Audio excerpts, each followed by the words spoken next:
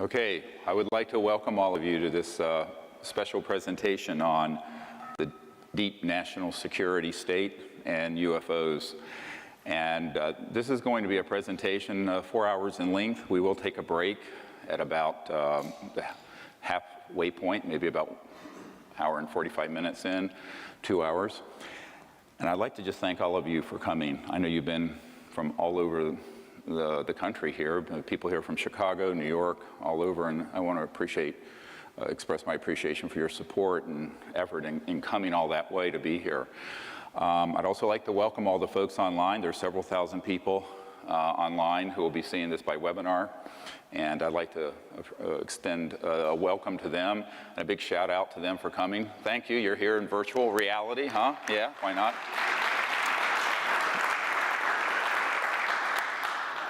So I'm Dr. Stephen Greer, and the founder of the Disclosure Project and the Center for the Study of Extraterrestrial Intelligence and the Orion Project. Those are all now sort of amalgamated under SeriousDisclosure.com if you want to go and see what all the projects are doing at any time. And we're going to be doing this presentation, which is going to be part of a series. I really want to thank the people who've supported me all these years in getting this far. There's some folks who are volunteers out front who've been on many expeditions with me out under the stars, and people all over the world. My mentors in the national security state who, without them, I would have never had a Sherpa to figure out how this whole system works. You're going to learn things today, that the President of the United States doesn't know. I will assure you of that. I'll give you my assurance that it's true. It is also true that without some very special person, and her name is Emily, my wife of 36 years, we wouldn't be here. So a big thank you to Emily. She set this up.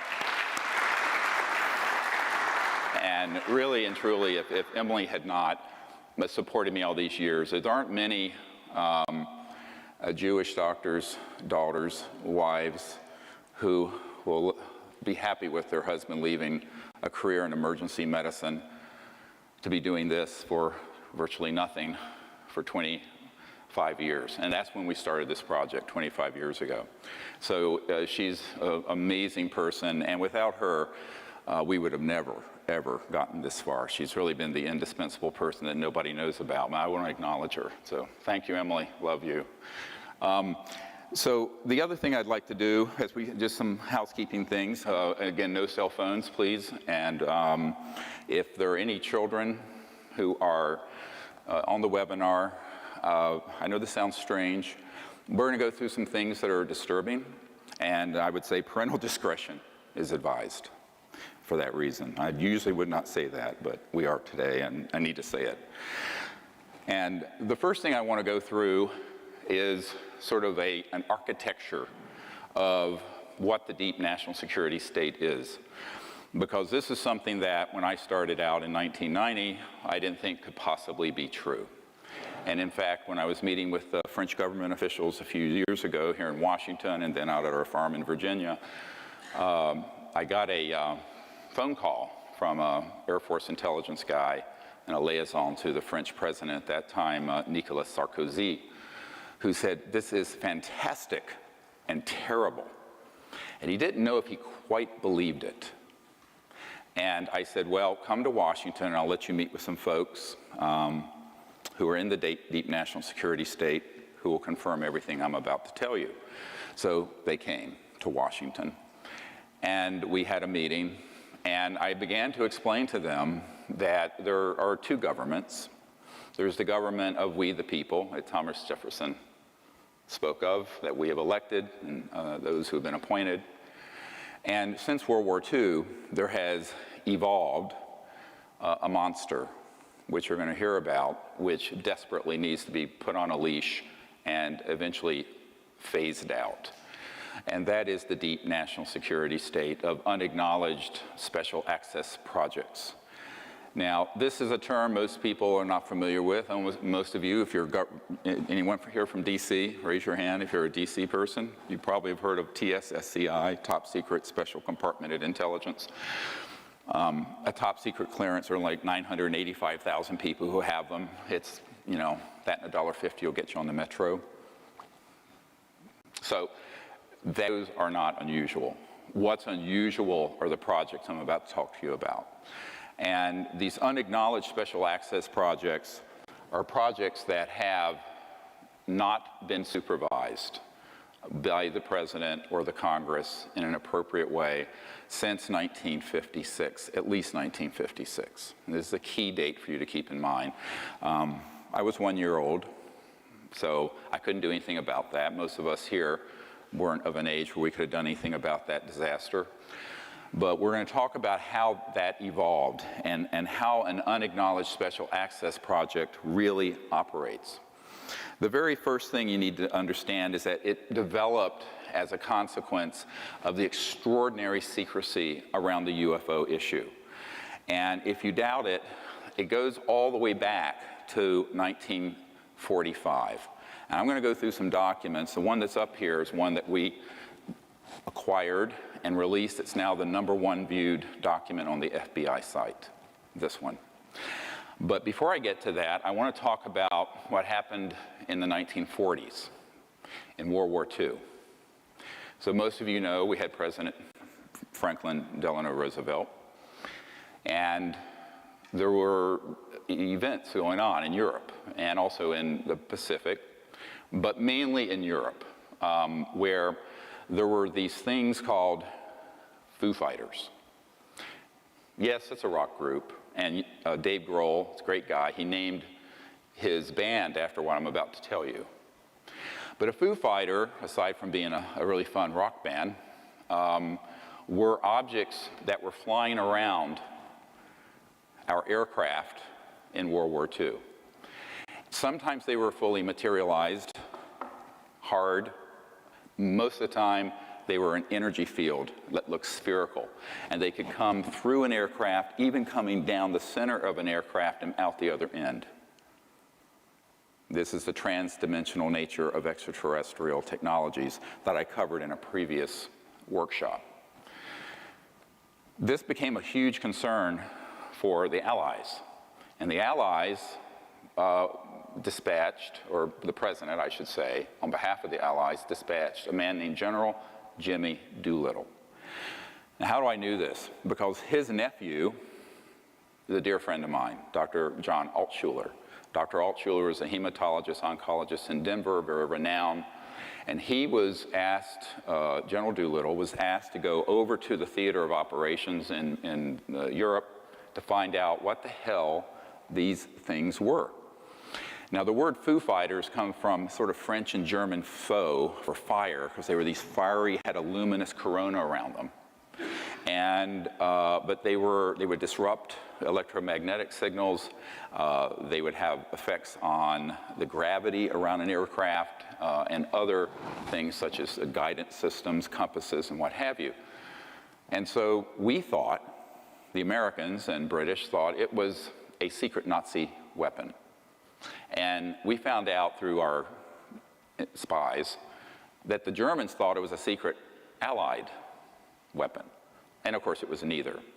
So General Doolittle went over and investigated this and came back to the White House and reported back to President Roosevelt and said, "Sir, these are interplanetary vehicles," I'm quoting. And so began the modern era of a serious concern from the national security level about UFOs. You can argue it went back to the airship scare of 1890s, late 1890s, where there were massive craft seen off the coast of California, but there wasn't that much official concern at that point. It was sort of an enigma. But in World War II, because of the type of weapons being developed, both by Hitler and by America, the interstellars, as I call them, became very concerned about what humans were doing on Earth and the risk of us destroying this planet, which I believe, carefully in analyzing the history of this, that they have an interest in its survival and humanity's survival. And so the President at that point did assemble a group of folks that included Oppenheimer, people who worked on the Manhattan Project, Dr. Vannevar Bush, no relationship to President Bush, and others to look into the issue. By the time we detonated the first atomic bomb, the facilities at White Sands missile range in New Mexico and Alamogordo, that area, were being overflown regularly by UFOs. And they were very concerned, obviously, that we were developing weapons that could terminate life on the planet. And they could see where this was headed. So this was not something that just happened out of the blue. There's a history here you must understand. In the early days, and I'm talking now from the early mid-1940s until 1956, there was a reasonable level of constitutional oversight by key members of Congress, senior people in the administrations, and the President of the United States. Everything changed in 1956. Now, when we had the only nuclear, and actually technically it's an atomic bomb squadron and not a thermonuclear one, that was developed later. Everybody know the difference between atomic and thermonuclear? Atomic bomb is fission, nuclear is fusion, hydrogen. Anyway, the atomic bomb that we dropped on Hiroshima and Nagasaki was developed, as you all know, in New Mexico, and it was tested at White Sands, and eventually in Roswell, New Mexico, that was the only bomber squadron that had atomic bombs in the world for a number of years before the Soviet Union developed them. And in 1947, there were 2 or 3, I have intelligence recently that indicates there were 3 so-called flying saucers, discs, flying by and doing surveillance of the 509th Bomber Squadron, which was the only atomic bomb squadron in the world. And they switched on, suddenly, an alleged radar system. Read this document carefully. Now, this, I know it's hard for you to see the original. It's dated 1950. It was to J. Edgar Hoover. J. Edgar Hoover building's right near here. And an Air Force source stated that there were 3 flying saucers recovered in New Mexico. They're described as circular in shape with raised centers, 50 feet in diameter. Each one was occupied by 3 bodies of human shape, but only 3 feet tall. They're actually about 39 inches tall. In metallic cloth, very fine texture, etc. And it says that the saucers were found in New Mexico due to the fact that the government has a very high-powered radar set up in that area, and it's believed the radar interferes with the controlling mechanism of the saucers. This is a little bit anthropocentric and childish, because if you can go interstellar, you can handle a radar system. What actually happened is that those radar domes had a scalar longitudinal electromagnetic weapon, which is another whole classification of electromagnetic warfare systems that we'll get into later. But suffice it to say, it was an early scalar Star Wars hit. And when they switched that on, at least 2 of these disks collided. One went down northwest of Roswell. The other one continued and was more intact and was impacted near Socorro, New Mexico. And that's where they actually retrieved the bodies. The ones that was just north of Roswell was obliterated into little teeny pieces, tiny little pieces. Where they did retrieve, and we have Disclosure Project witnesses who have testified to this, who have personally seen what looks like almost hieroglyphic writing on some of the little parts that were retrieved. And I know I've seen these, and it's very interesting because it's reminiscent of the ancient Egyptian hieroglyphics, but not quite the same. Makes you wonder where the pyramids came from. So that event was an early hit. Now, there are some reports of others, but that's the most documented one. This document from the FBI is significant because, obviously, 3 years later, you had one branch of the government trying to find out what the other top secret branch of the government was doing. You can tell by the tone of it. I made inquiries through here and there. So it's a bunch of skullduggery that happens between agencies and competition. And there's always been competition between FBI, CIA, Air Force intelligence, et cetera, and so on. And this happens not just with the United States, it also happens between allies and alliances. For example, the next document, if you can pull this up, this is one of the most important documents. And by the way, after I briefed the CIA director about all this stuff, the sitting CIA director for President Clinton, which we'll get into in a moment, I got a cache of several thousand of these documents, about 5,000 of them. And they're in my vault. I don't know what to do with them. If we presented what was in them, it would take us from now until 2017. But let me just say that this document was accidentally released by the Canadian government, and if you look at the date on it, 1950, November 21st. How ironic. This is the 65th anniversary of the writing of this document by Wilbur Smith, who had a top secret clearance, and he was tasked by the Canadian government to find out what the Americans were doing. And if you look at page 2, if you go down to page 2 of this, you're going to see just a brief summary, which I think is, there's a whole lot of detail in the document. This is on our website now, you can look it up.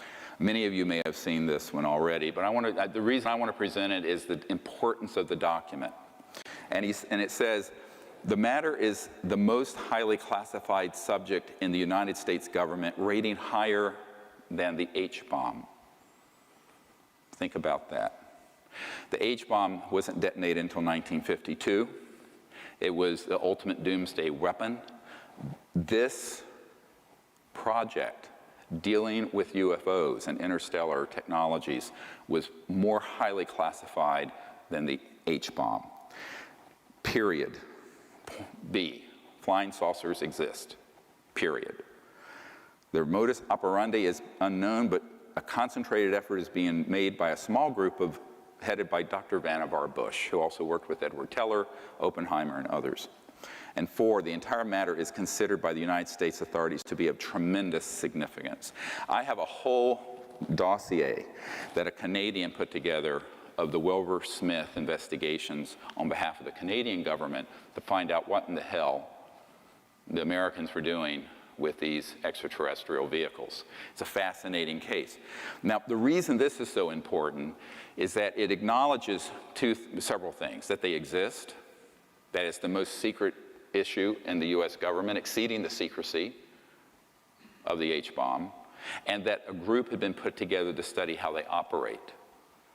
Well, they were studying material recovered from one or more interstellar crashes that were the result of using these scalar longitudinal electromagnetic systems, which Tesla had worked on and others had worked on in the early part of the 20th century.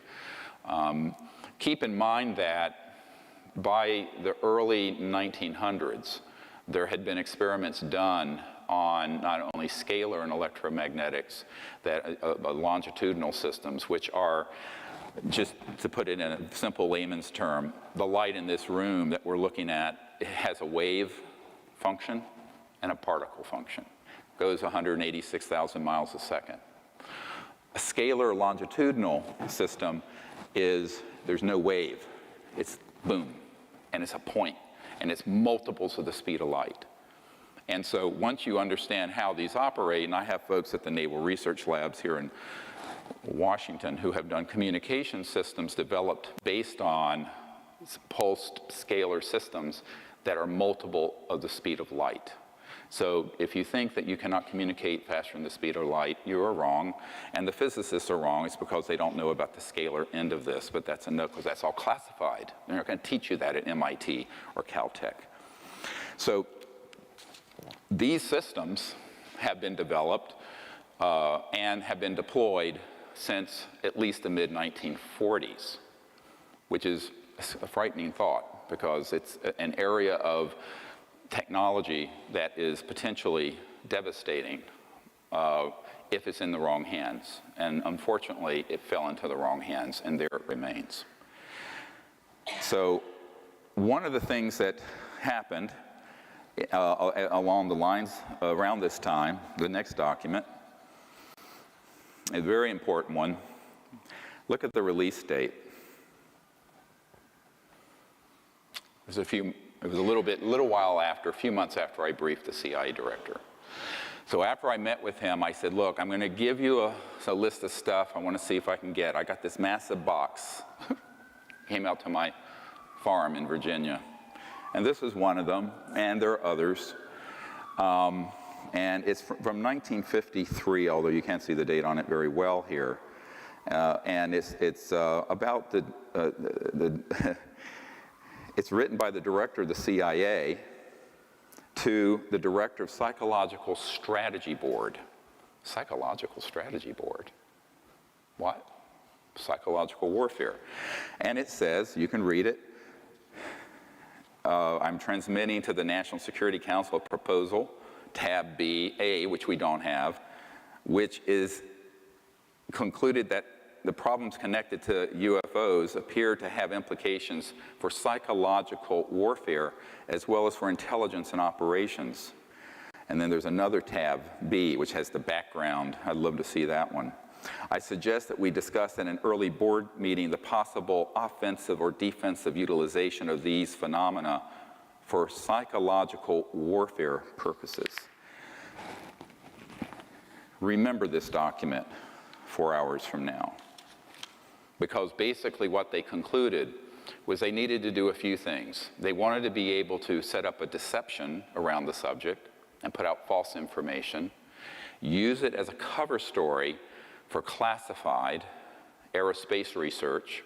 So oftentimes there will be something that happens and it will look like a UFO, and it's actually a Northrop Grumman. My uncle's company was Northrop Grumman. He worked on the thing that landed on the moon, the lunar module. Or Lockheed Martin Skunk Works or some other aerospace entity, and it will be 100% man-made, and the public will say, oh my God, it's a UFO. And they'll not correct them. There's no correction forthcoming. They want you to believe it's a UFO. Why? Because it provides a cover for classified research with technologies that, if they were allowed to come out, would terminate the oil and gas and coal industry. They're using zero-point energy and gravity control. Which then brings me to the next issue, and that is by 1954, October, so now we're 61 years plus 1 month, into an era, and this was confirmed to me by the third highest ranking official at the Naval Research Labs and the highest ranking scientist, in other words, someone who wasn't a bureaucrat, at the Naval Research Labs, which Thomas Edison founded, and the Naval Research Labs is the largest defense lab in the United States. And Richard Foch, and I knew him for many years before he passed away of prostate cancer not too long ago, was this gentleman. I've never wanted to discuss who he was until he passed away. And he was a very senior guy in this system. And one of the things that he shared is that he was in the vault, the same vault that the next document came out of, which has a great story behind it. And he was going through some documentation and found that it wasn't in the 50s that we really started, I mean the 60s or 70s, but it was in the 50s that we actually mastered gravity control. Now what does that mean? Gravity control is the ability to put an electromagnetic field at certain voltages and with certain angular momentum. I don't want to get into a lot of, put you to sleep, I got into the physics of it too far. So that this object becomes massless, weightless, no mass, M-A-S-S. So the mass component, and this has to do with angular momentum and things of this sort, of the subatomic particles, can make this object so light that it has no mass, which means if you look at your physics equations, velocity is inversely proportional to mass. Go look it up. So if mass becomes 0, velocity can go to infinity in a given amount of energy, which means you can move into another dimension. It doesn't go to infinity, you go trans-dimensional. We'll talk about this some more later. And this began to be experimented with in the 1920s. A guy named T. Townsend Brown developed a system using crystalline structures and very high voltages going into an object so that an object would begin to levitate. Marcel Vogel, one of the chief engineer scientists for IBM in North Carolina on the Reynolds estate, did the same thing in the 60s and 70s. One of the members of my team and one of our disclosure project witnesses worked with Marcel Vogel, doing this with crystalline structures. And it can be crystals, but it can also be nanocrystalline materials such as metallic. So, as you know, most metals and rocks are crystal. Actually, water is crystalline. We're crystalline. So you can put this system around almost anything, and it will begin to become increasingly massless. Now, it doesn't have to be 0 mass. Maybe it's 0.1 mass. So it's still materialized, you see it, but it means, man, can you accelerate this thing? So it means you can, instead of going like the space shuttle at 25,000 miles an hour, you can go at several million miles per hour and take a right turn. And there's no deceleration effect because everyone on board is corrected for 1g. So this is what they began, 1g gravitational force. So this is what began to develop in the 20s, got taken into some Army Air Force projects in the 30s and 40s, and was Adolf Hitler's secret weapon. Adolf Hitler, they weren't making the progress on the atomic bomb that we were, but they had almost perfected gravity control by the time World War II ended. Now, one of the things that the OSS did, the Office of the Special Services, which became the CIA after World War II, they had something, you can look this up, called Operation Paperclip. And Operation Paperclip, a whole book was written on it not too long ago, about how they would put a paperclip on the file of the Nazis that we didn't want to go to Nuremberg and execute, but whose knowledge was so great that we wanted them as part of our program. We wanted what they knew. So one of these guys is a guy named Wernher von Braun, who, of course, invented the rocket, the V-2 rocket for Adolf Hitler. Hermann Oberth. These were all the giants of rocketry and aerospace for Adolf Hitler. They became the foundation brought in by the CIA, what became the CIA, of our space program in the 1940s and 50s, which is how we leapt ahead of the Soviet Union, because we took all those people first, ahead of the Soviet Union. Interesting bit of history. You don't read this many places. But a lot of what I'm telling you is in conventional history books, not the UFO part. That's been sanitized out. That's forbidden knowledge. So as a result, by the time we had those guys and the experimentation that had been done by T. Townsend Brown, whose work became a part of a corporation called the RAND Corporation, which still exists, a huge think tank, we really had something going. You add to this the study of materiel and electronics retrieved from interstellar vehicles that were shot down. So a lot of people say, oh, well, the things we have, are they all just reverse engineered from interstellar ET? I said, no. The laws of the universe are universal, and the mind of man, just like the man of an ET, can unravel the mysteries of the universe. And so it has come to pass. But if you we're not starting at 0 when we retrieve the objects that were interstellar. We were starting with decades of research in classified electronics, electromagnetic fields, anti-gravity, scalar systems, et cetera, and so on, that had been going on since the time of Nikola Tesla, the true genius of the 20th century, not Albert Einstein, by the way. So, who is a minor luminary compared to Tesla. And Sorry, Einstein fans, it's true. By the way, that's why when Nikola Tesla died, the FBI swooped into his apartment and confiscated all of his secret papers. And how do I know this? I have a document from the Department of Defense demanding that the FBI turn them over and names them for what they are, the secret papers of Nikola Tesla. This is not an urban myth. I have that document. It came in this cache of documents I'm talking about. So when you have all of that knowledge is then augmented, increased, potentiated by the study of, as the Wilbur-Smith document says, the material that was interstellar.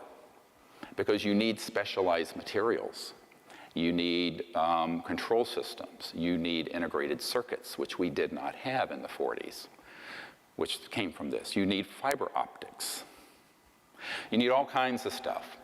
So some of the technologies, and this is where Colonel Corso, who worked on these projects tangentially, is correct. If you read The Day After Roswell, he says fiber optics, integrated circuits, and a whole slew of things came from studying the material from these crashed ET interstellar objects. So you had the biggest and most top secret, most well-funded project in the history of the United States going on. Nobody knew about it. It's completely sub rosa. It was more secret than the hydrogen bomb. And so between 1945 and 1954, the brain power of those Nazi aerospace folks like Werner von Braun and Hermann Oberth, the work of T. Townsend Brown and others, Edward Teller, some of the brightest and most ingenious people in the world, bent their attention primarily not to the hydrogen bomb, but to gravity control and how are these interstellar visitors getting here? Because that would then be the ultimate edge, wouldn't it, in the technological arms race. You talk about a delivery system. You don't need an intercontinental ballistic missile that goes a few thousand miles an hour if you can deliver something instantly from one continent to another, or worse, from one planet to another.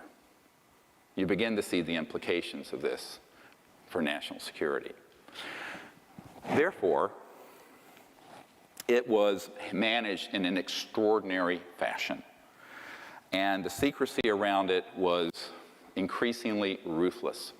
So much so that by 1956, the President of the United States, a man named Dwight Eisenhower, most of us drive on Eisenhower-era highways using 1880s Mercedes-type internal combustion engine cars that are run by fossil fuels, all of which have been obsolete since the 1940s or sooner.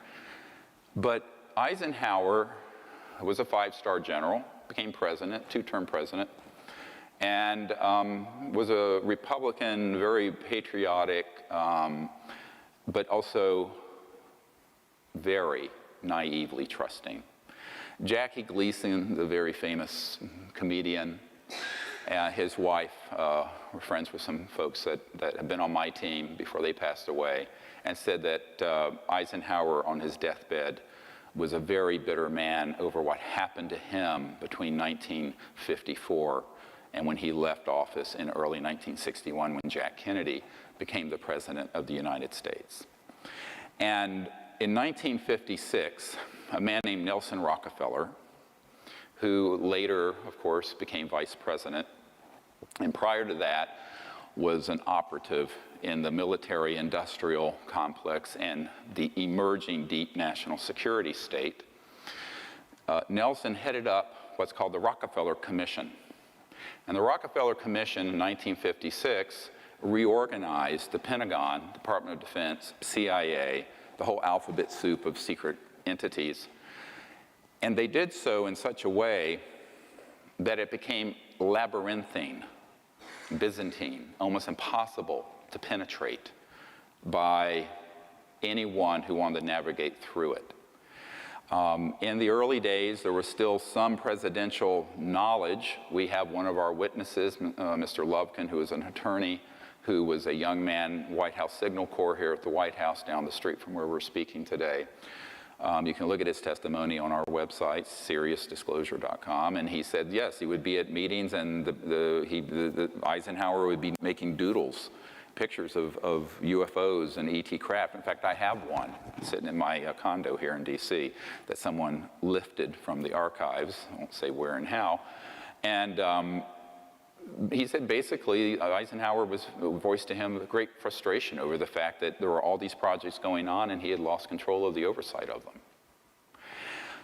So what happened with the Rockefeller Commission in 1956 is that they made it virtually impossible for any ordinary congressman or president, because they come every 4 to 8 years, don't they?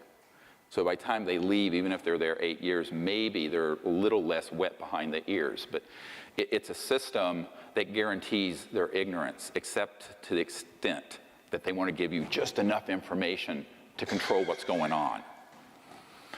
We'll get into this in a moment. So by the time Eisenhower left office, he made the very famous speech about beware the military-industrial complex, as you've seen in the film Sirius. By the way, Sirius became #1 on Netflix a few months ago. Cool. Thank you guys for supporting that.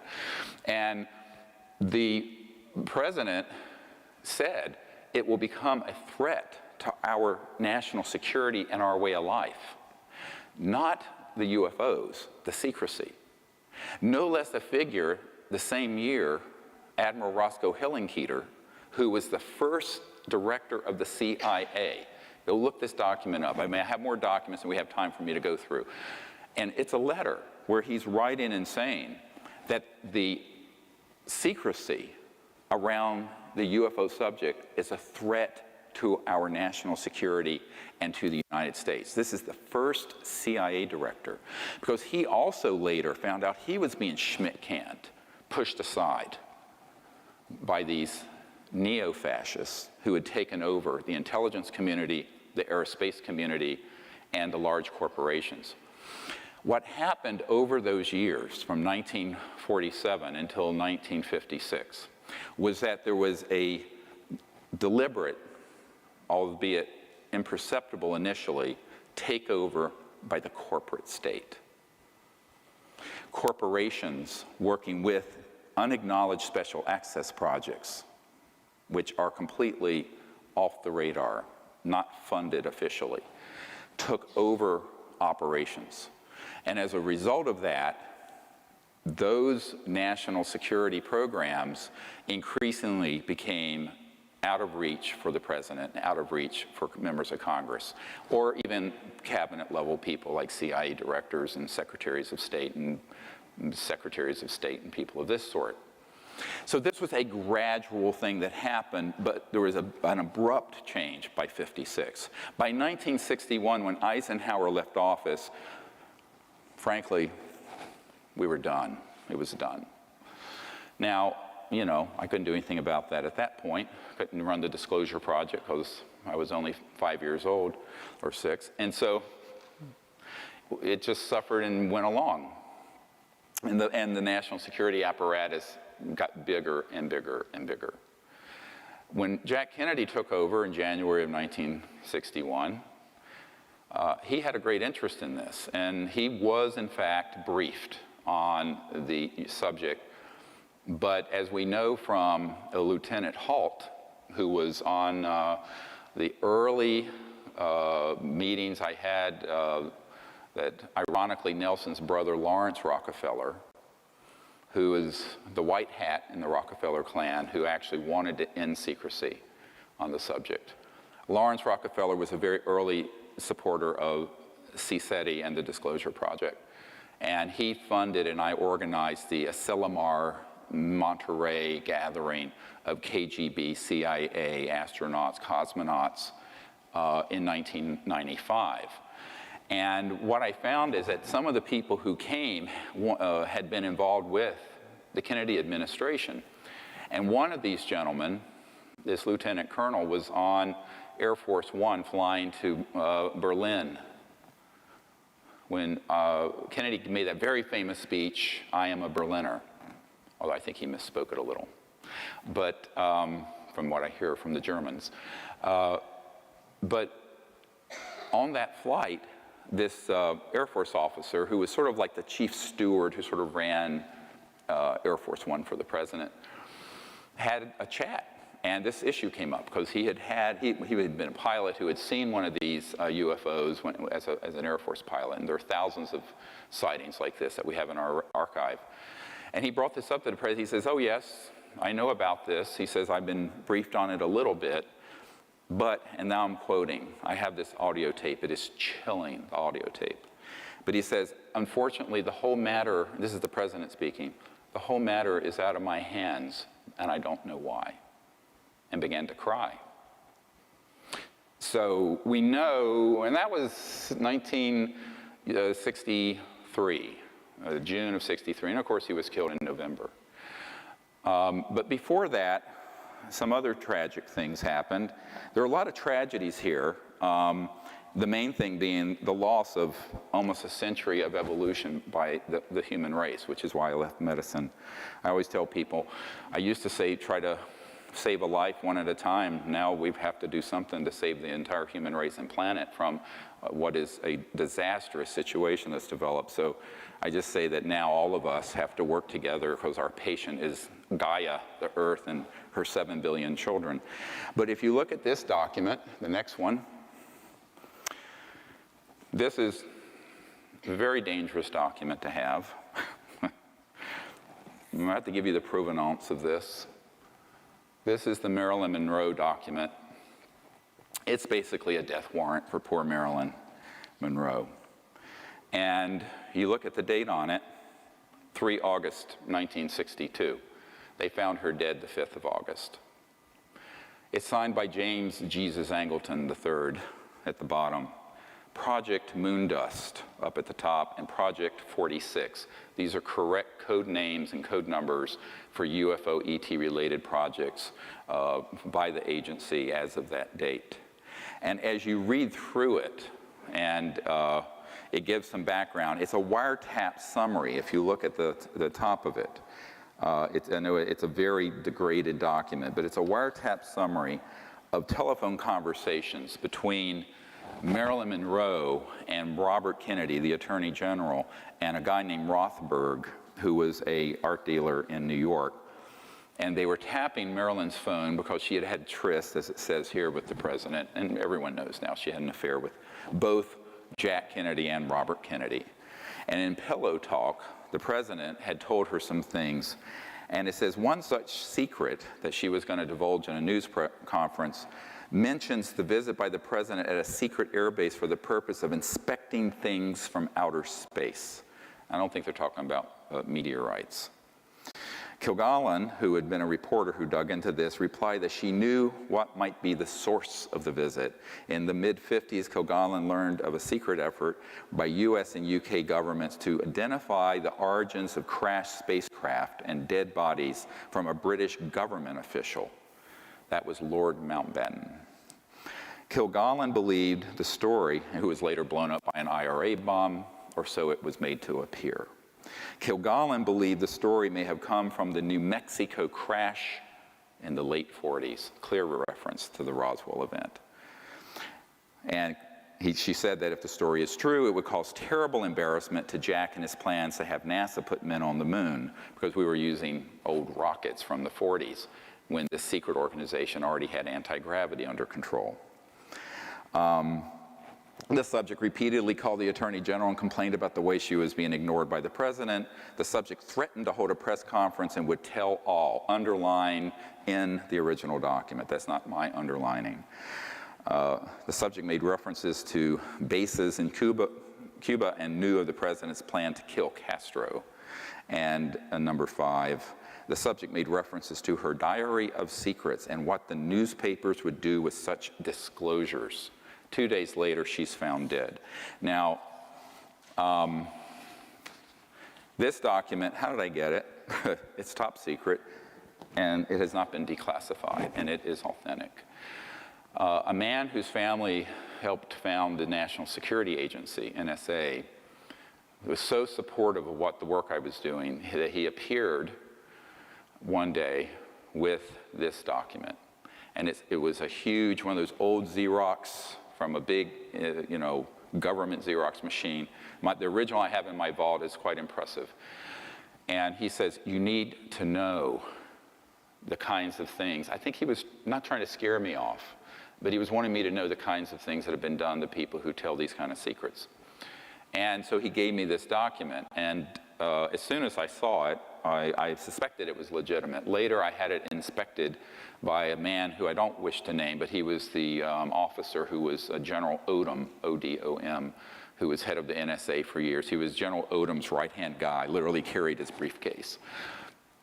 And he became a document authenticator and a lecturer at University of Maryland who, frankly, when he looked at it, he says, without me taking it from the vault myself, I can tell you 95% certainty it's authentic, because everything in it.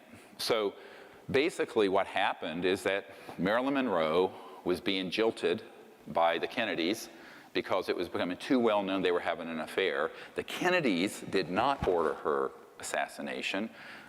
Angleton did. Now, who is Angleton? Angleton was the big, whole books have been written about this guy. James Jesus Angleton III was the guy who at the CIA was the big mole hunter. He was the guy who would chase down anywhere a leak was coming from and had everyone tapped. And he realized that she was about to light this up and hold a press conference to talk about the ET bodies from outer space and all these secrets that Jack Kennedy had told her just out of spite. She was just furious that they had sort of pushed her out of the inner circle. And, the whole thing about a woman scorned. But unfortunately for Marilyn, it cost her life. I later, after I got this document, met with a man who at that time had worked in the intelligence unit of the Los Angeles Police Department, who separately had a wiretap on her in her home, who confirmed to me this was 100% true. Now, I don't know how many of you know a guy named Burl Ives, who's an actor and singer, and everyone thinks he was like Frosty the Snowman, but he was actually a very accomplished actor and folk singer, and very good friends with Marilyn Monroe, Elizabeth Taylor, people like that. And he was on my executive committee for a number of years, and by the time he was involved, I had that document, and I went to visit him. They had moved from Montecito and Santa Barbara up to Anacortes, Washington. And I was in his room. I was actually sitting on the edge of his bed. He was up there in years, big jolly guy, great bear of a guy. And I shared this document with him. He says, oh my God. And he's a 33rd degree Mason, by the way. He says, we all know, every one of us knew Marilyn had been killed, but we never knew why. We had no idea why. This is why. This is the thing. And so that was also a shot across the bow to the Kennedys. Now, Jack Kennedy had great affection for Marilyn, even though it was indiscreet for him to continue seeing her. And he was furious that someone in the intelligence community, I don't even think he certainly didn't know about this document. He was very upset, is what I understand, that Marilyn was killed by these operatives. And he vowed to try to bring out this information himself. And I think that's why he began to speak a little more openly to this Air Force officer whose audio recording I have. And that was, of course, a year later. This happened in August of '62. The recording with the Air Force officer, that conversation with Jack Kennedy happened in 1963, June. In November, he was assassinated. As Kennedy was planning, if he had become the president, he was going to dissolve the CIA, get us out of Vietnam, disclose this information, and make peace with the Soviet Union. That's what he was going to do. And those folks in the intelligence community and the warmongers and the profiteers and the military-industrial complex said, like bloody hell you will. And that was the end of him.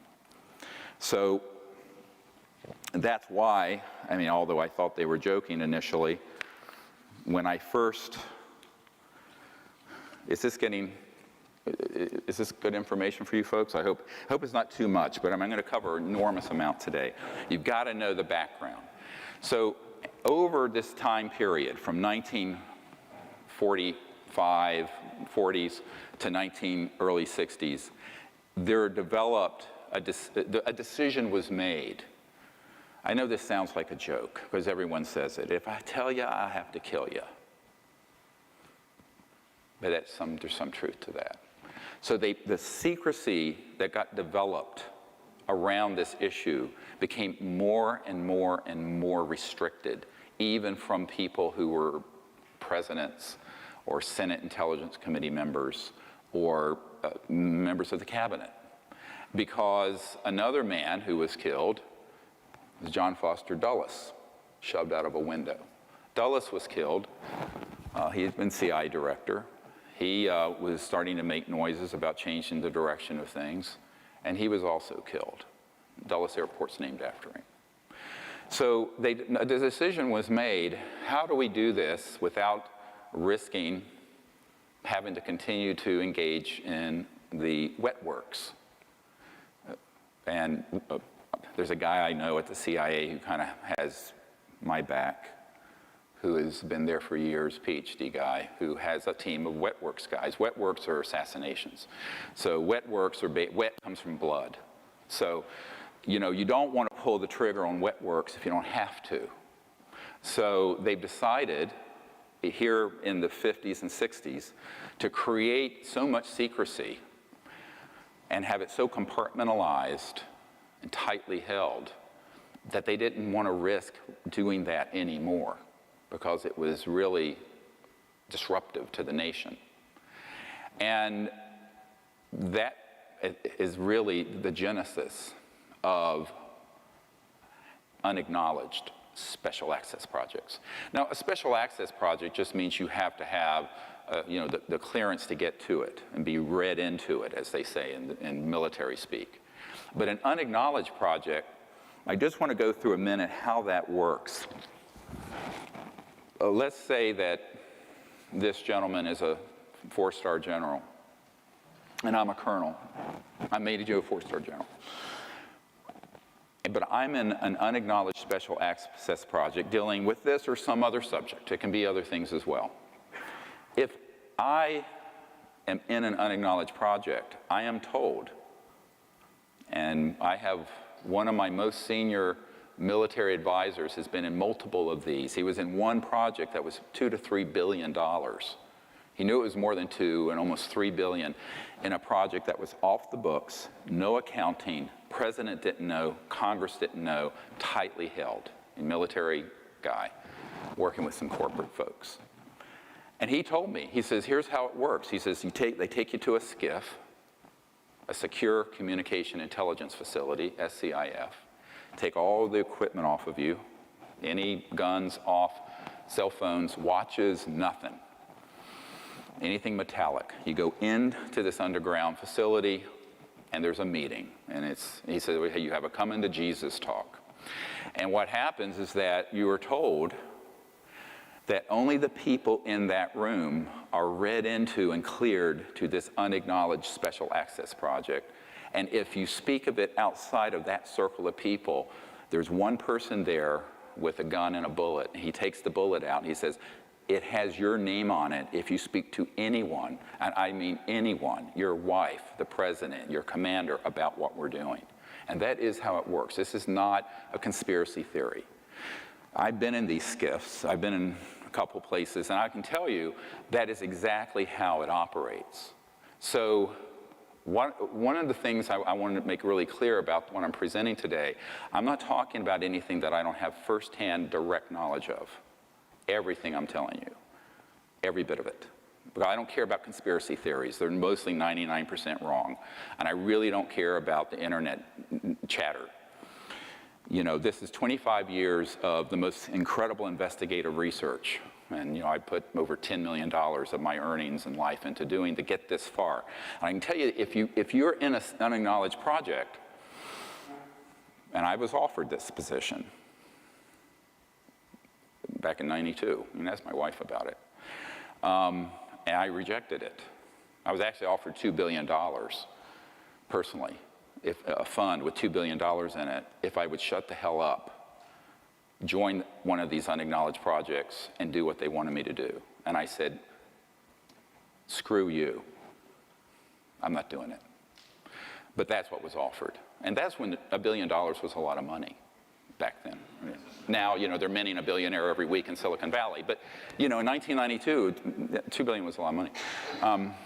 So what ended up happening in this scenario is that if my 4-star commanding general calls me in because he's heard rumblings about something that people are working on he didn't know about, under threat of death, TWEEP, terminate with extreme prejudice, which is death, TWEP, I am to turn to him, even though he's my 4-star commanding, I'm only a colonel, and I'm to say, sir, no such project exists.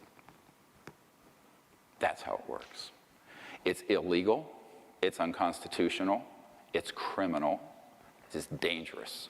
Because once you have a breakdown in the rule of law, we're back in the jungle. We're back into Al-Qaeda territory. We're back into the Wild West where there's a lawlessness. And that's what happened. And because of that, no president since Eisenhower has had anything near the level of information on this that would be required for the chief executive. Most CIA directors haven't. There are a few who have and a few who haven't. And I'll tell you a little bit about why that's the case in a moment. Who's been in and who's out? Dick Helms was in, Woolsey was out. It's a long story, but I'll try to cover it. You guys are going to get more information. It's going to be TMI, too much information by the end of this. But this is why I'm doing this today, is that I want to leave a record of everything I've learned that's critical for the public in case, I'm 60 now, so who knows what will happen to me. So it's important to leave this.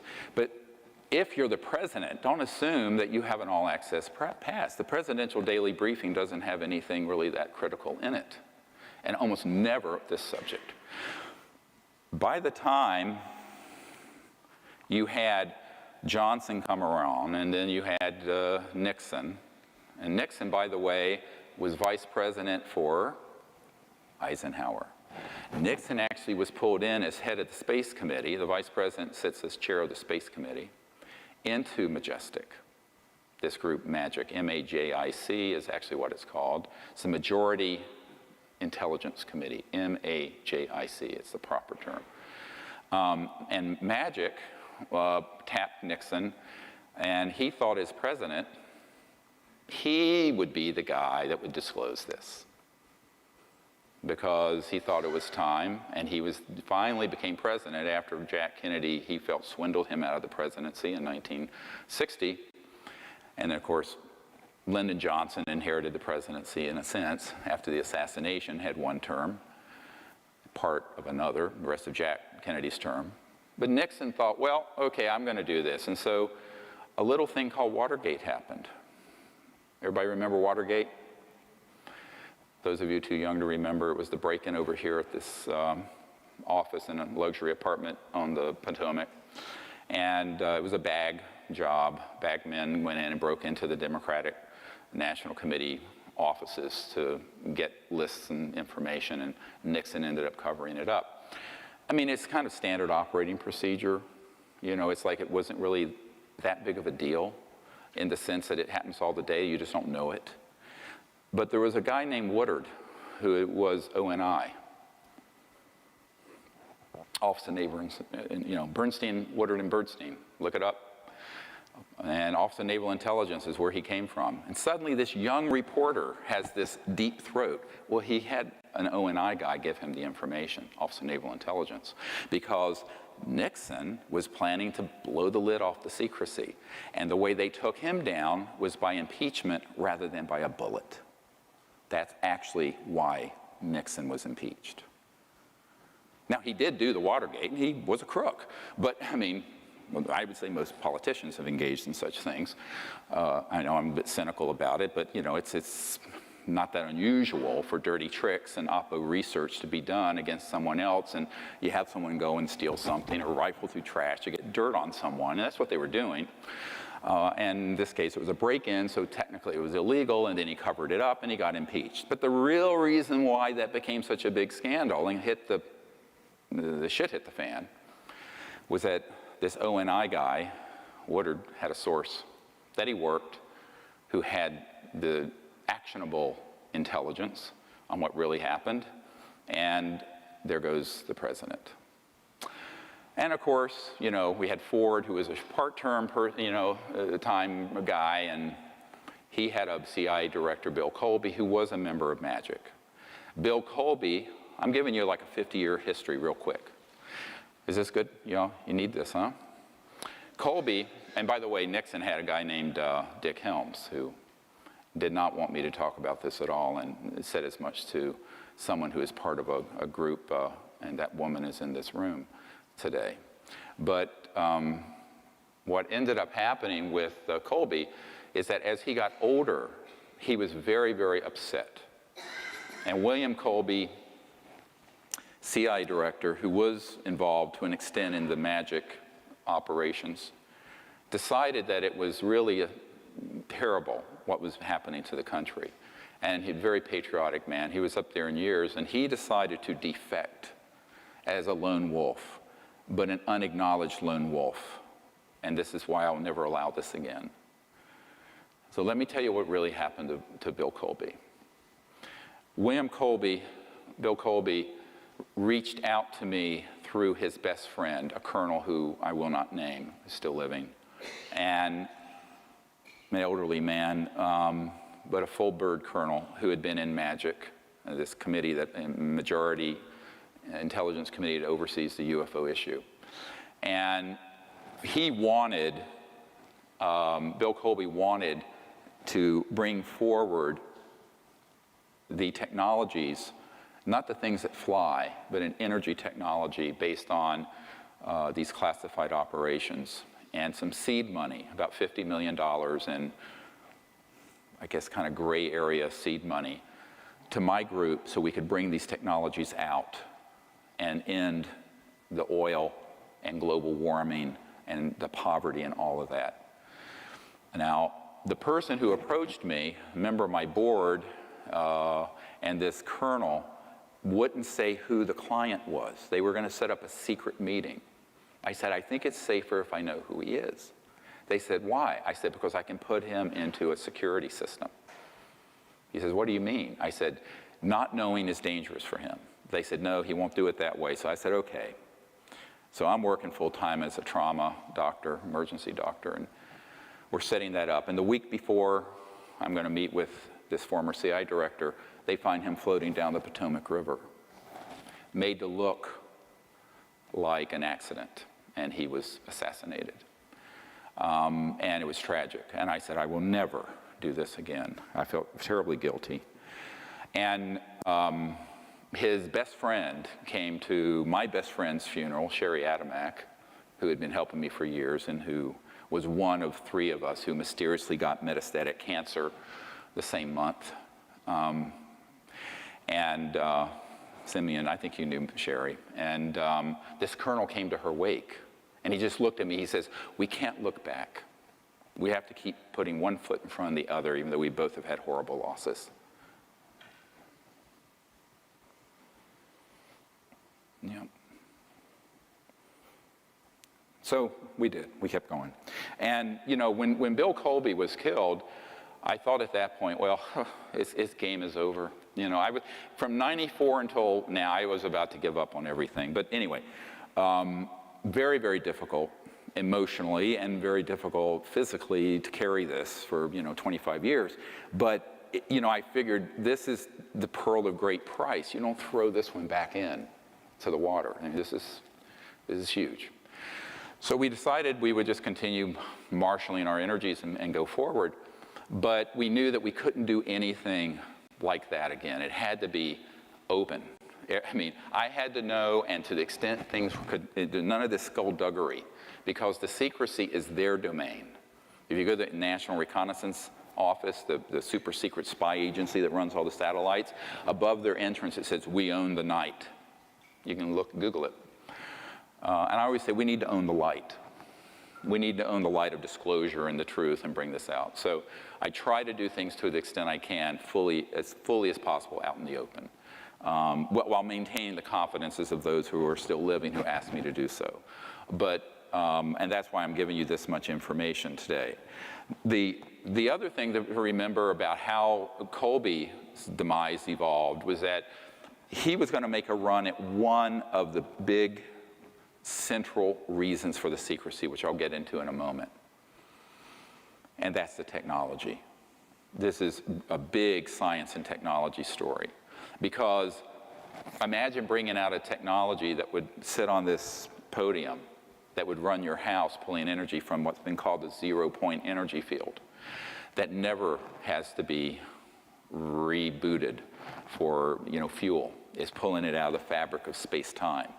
And it's estimated that every cubic centimeter of space in this room has enough energy to run the United States for a year, if you can tap it. And it has been tapped. So at the root of interstellar transport, aside from the transdimensional and anti-gravity, is the energy source. And the energy source is this amazing electromagnetic flux field. In fact, the early man-made UFOs were called flux liners because it's pulling energy out of this infinite ocean, this infinite sea, as Tesla called it. Professor Dirac called it the Dirac Sea, but it was this infinite field of energy that is at the root of space-time, embedded within space-time. And so bringing out something like that would, of course, immediately make oil, gas, coal, ExxonMobil, cars, internal combustion engines, jet engines, rockets, diesel, ocean liner engine, everything you can think of that we use would be obsolete and would be retired very quickly. Now, what I just named is several $100 trillion in mineral assets and infrastructure, because we also wouldn't need a public utility. Every car and home would be self-sufficient unto itself. I mean, it is a whole new world. Now, we could have had that world before I was born. We don't have it yet. And as a result, we've decamped in the Middle East with our hegemony, and now we're facing World War III. So there are consequences to this kind of secrecy, unintended, and some are intended. But the unintended consequences are really about blowing back on us hard right now, both physically, geophysically, environmentally, geopolitically, and militarily. It's a very dangerous thing to thwart the development of normal technologies to be used for peaceful purposes. Now, that's the big caveat. Use them for peaceful purposes.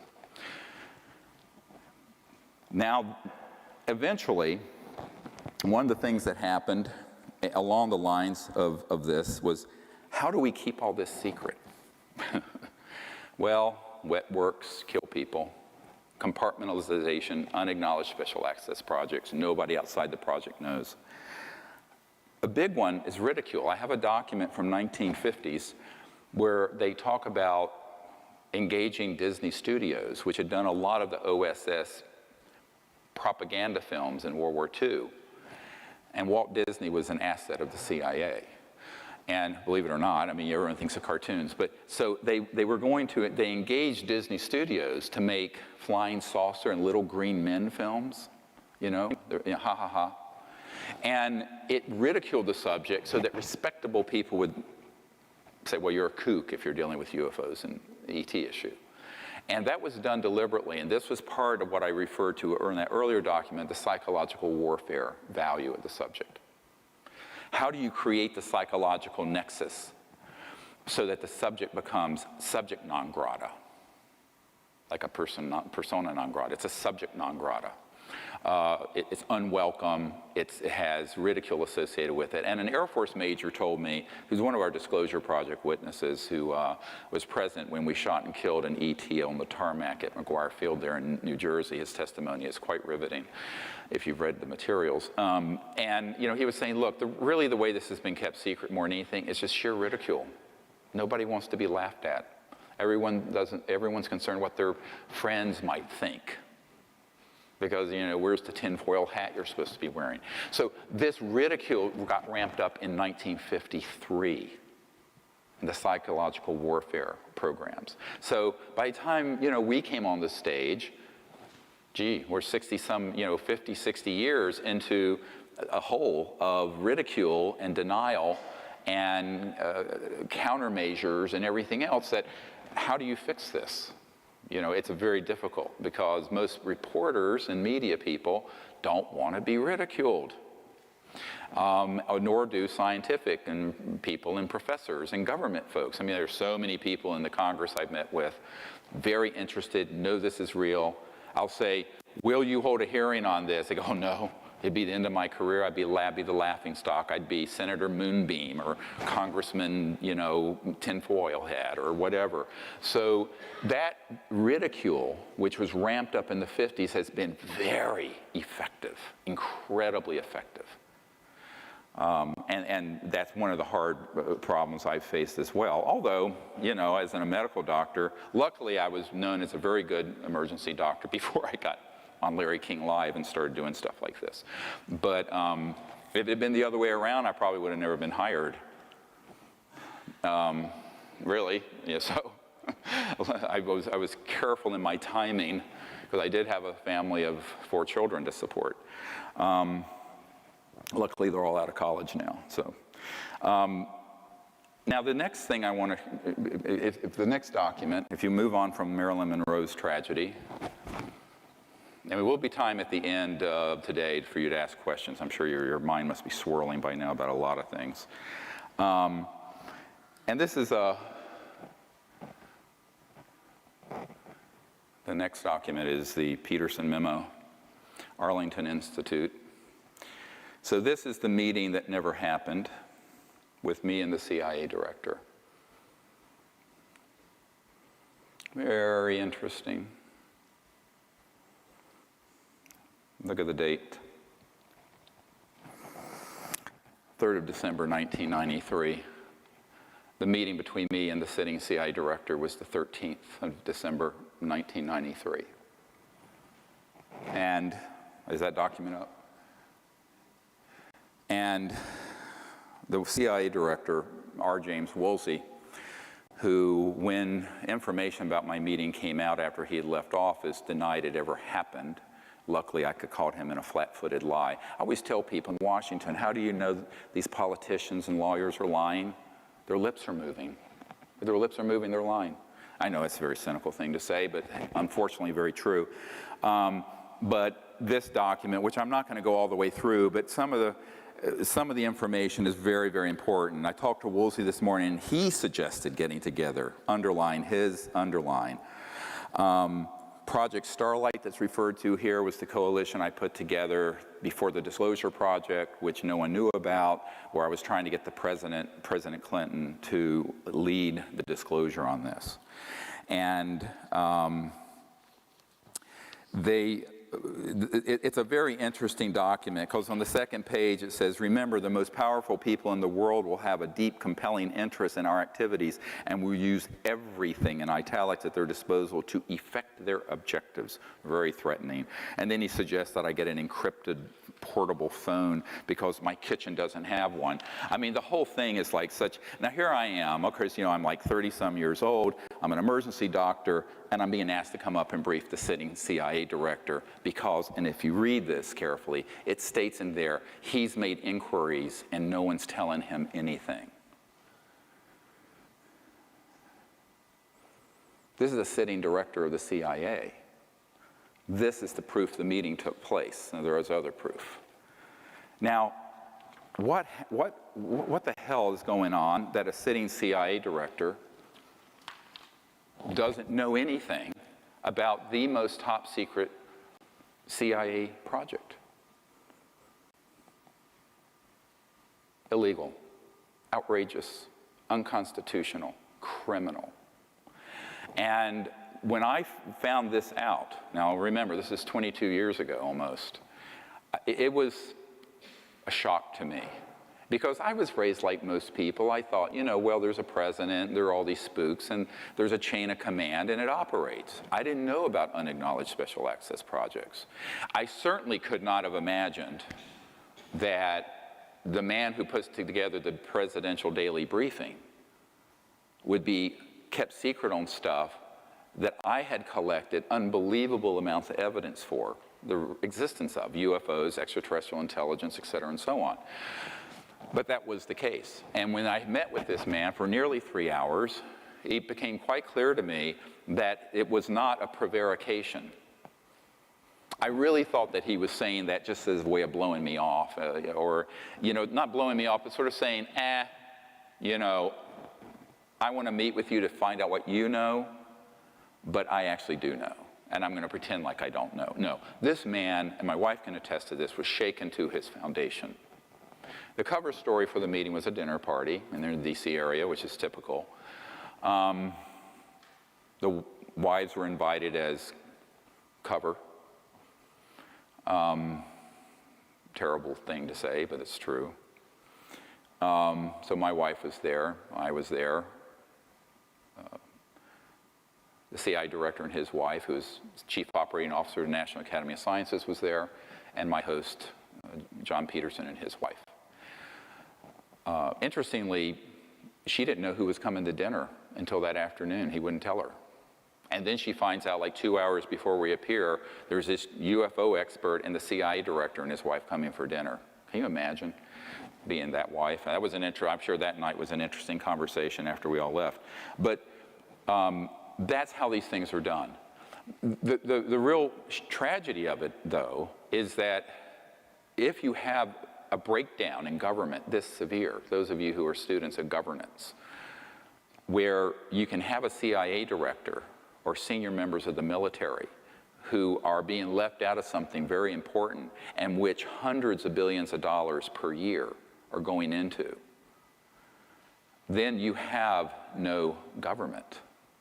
So the deep national security state from 1950s until today has devolved into this sub rosa, unacknowledged, not international, transnational entity with representation in the UK, Canada, Australia, Brazil, China, Russia, former Soviet Union, which on this issue work together like this. It is not responsive to the body politic. It is not responsive to the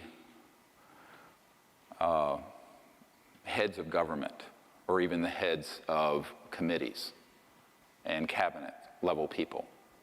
There are some cabinet level people, however, who have known. I mentioned a few. There was a CIA director known as George H.W. Bush, and the CIA headquarters is now named after him. He was a member and is a member of MAGIC. But then there are others like Woolsey who wouldn't be told anything. Some presidents have been given a little information, and some have been told nothing. Why? Well, here's how it works. It took me a long time to figure out something very simple. I call this a soul biopsy. Because doctors are talking about biopsies, but it's a psychological analysis. So let's say this gentleman is the incoming director of the CIA. The outgoing director of the CIA is me. As incoming director of the CIA, they've taken your life apart, and they know what your values are. If your values are that you would not go along with an illegal, criminal, unconstitutional effort and engage in assassinations that were illegal and other things, they will never tell you about this. And even if you're the president that's incoming, this is what happened to Jimmy Carter, and I know this for a fact. Jimmy Carter got elected, and the outgoing CIA director was, guess who? George H.W. Bush. George H.W. Bush, when he was called in and they had the transition meeting for between November and January when they have the transition and they're standing up the new cabinet, was asked personally, face-to-face, by Jimmy Carter, and I met with someone who was there, about the UFO issue. And Bush said, I'm not going to tell you, in a very derisive way, about that. Go see if you can get it from the Congressional Research Service. Literally. Brushed him off. And Carter was stunned, because Carter had had a UFO sighting when he was governor of Georgia. I have his report form that he filed officially, signed Jimmy Carter. He ran in 1976 on ending UFO secrecy, actually. So he put together a White House study on UFOs, which we have Disclosure Project witnesses that attest thereto, and they were reaching out to Stanford Research International to do SRI, to do the study for them, because they couldn't get anything from outgoing CIA Director Bush. And that entity, SRI, had some people come in and threaten them and said, basically, if you want to receive any more contracts from the Department of Defense or the US government, you will refuse to do this study for the White House. We have that as an affidavit signed from someone involved. So now, this is very extraordinary, but we have legal documents that prove it. So Carter was boxed out of this. And not long ago, he was at a signing ceremony, signing guitars in Spain to raise money for the Carter Center a few years ago. And a very well-known, I think his name's John Williams, well-known classical guitarist, who's on our team, was there and said, you know, at dinner, someone asked Carter, what was it like to be the most powerful man in the world? And President Carter said, I don't think I was that man. And everyone just thought he was joking. And he said, well, there are certain things I wasn't allowed to know about. And someone in a ridiculing way said, ha, ha, ha, what, like UFOs? And President Carter said, yes, that and more, referring to these energy and technology things. And so Carter wasn't joking, and it is true that he did not get access the whole time he was president, because he would have ended the secrecy, and they knew it. It's also why he was a one-term president. Now we had after him Ronald Reagan, or Ray-Gun, as I call him, R-A-Y.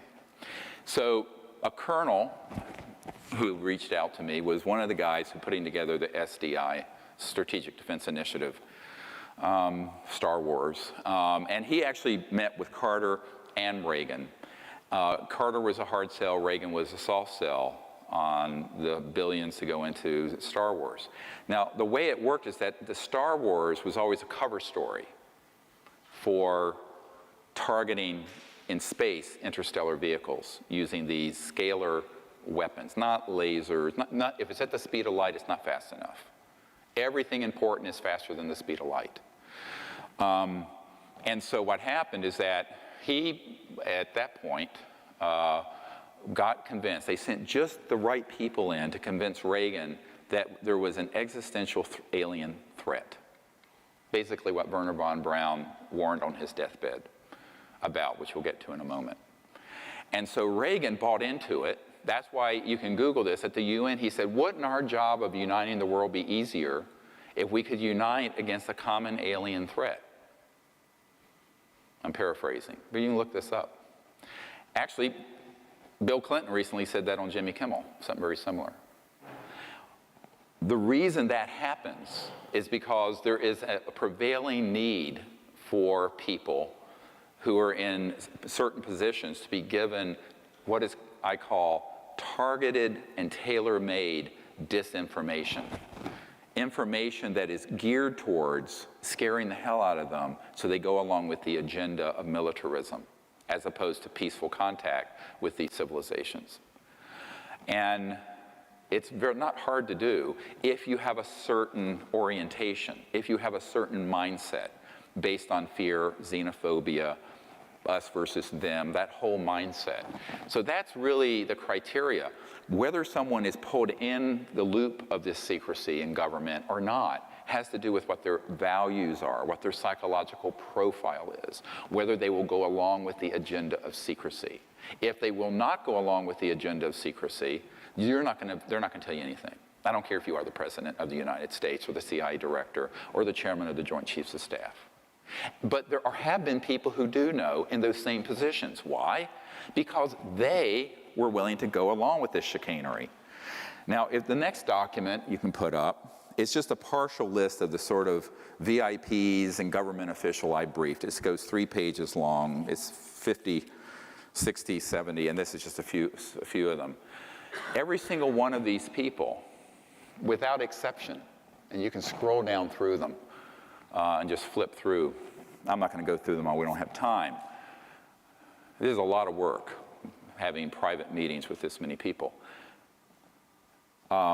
Every single one of these people, from Senator Claiborne Pell to the CIA Director to the head of intelligence for the Joint Staff to the head of the Defense Intelligence Agency, the biggest intelligence gathering entity in the Pentagon, every single one of these people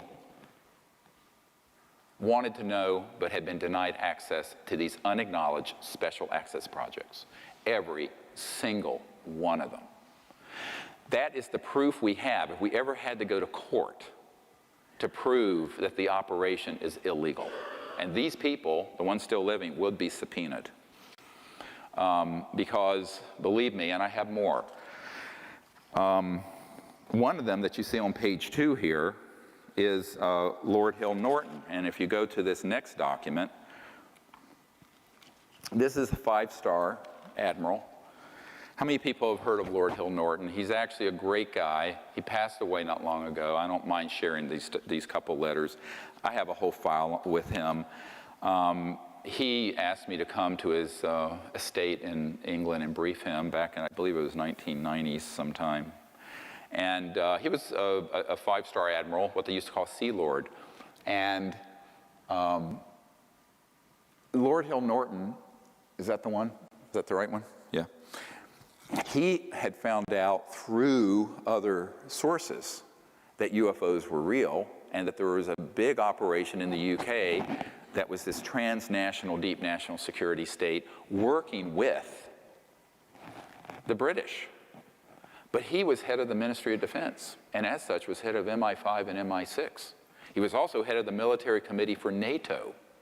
He had no knowledge of these projects the entire time he was in government. And when I met with him at his cottage, and you know what's kind of cute about it, at the second document, if you go to the next one, he says, I thoroughly enjoyed our talk when you came in August. This was in August of, I guess it was 1995. And I am grateful to you for your time. I read all the materials you left me, and I intend to read it all again. I also shared it with Countess Murray, who shares our interest. I have an idea you may have met her some time ago. I meet a lot of folks. I find your latest brief on the national security implications of the UFO subjects very clear and very convincing, and it goes on. It's a beautiful letter, and things he was going to do with the European Parliament and whatnot. He died not being able to accomplish as much as he wanted to with the British government because I had to explain to him why he never knew anything about this. And it's a very hard thing to sit with someone like a CIA director or someone like this, who's one of the most powerful people in the military and intelligence field in the world, and tell them, you just were not in the loop. And he basically said to me, well, why didn't they tell me? And he was a little hurt and kind of petulant. And I said, sir, I'm going to answer your question with a question. What would you have done if you'd found out there was a transnational entity, unacknowledged, running unconstitutionally in your country and mine, engaging in assassinations, keeping from the planet technologies that would save the earth from environmental destruction and eliminate poverty within a generation? And that they are using these technologies to try to provoke, as agents provocateurs, an interstellar conflict and World War III, and that they were completely off the reservation without any controls from the chief executive or the legitimate governments of the world. And he hopped up and down. He's this little guy with piercing blue. He says, I wouldn't have stood for it for a bloody minute. I said, well, that's why they didn't tell you. He says, what do you mean? He thought I was being impertinent. I said, because they knew you wouldn't go along with that agenda. Therefore, you were out of the loop. That's how it works. It's that simple. So you basically accumulate people who are enormously evil and who want to see terrible damage done to the planet because at their core, they love war and they love conflict. They do not want peace to break out. As one of them said to me, heaven forbid we should have peace on this planet. Too many people would be out of business. Too many of us would be out of business. Very cynical, but true. The next document is from one of my advisors to Admiral Tom Wilson. And it's about setting up a briefing for him. And I only put this up here because some people have challenged me, did you really have meetings with folks like this? Yes, absolutely. And it was on my birthday in 1995, the first letter was written. I ended up meeting with him in 97 in April. But he helped us in a number of ways prior to that, as did this Admiral Kramer, who set up my meetings at Wright-Patterson Air Force Base, the facility to which the crashed ET remains went in 1940s in Dayton, Ohio.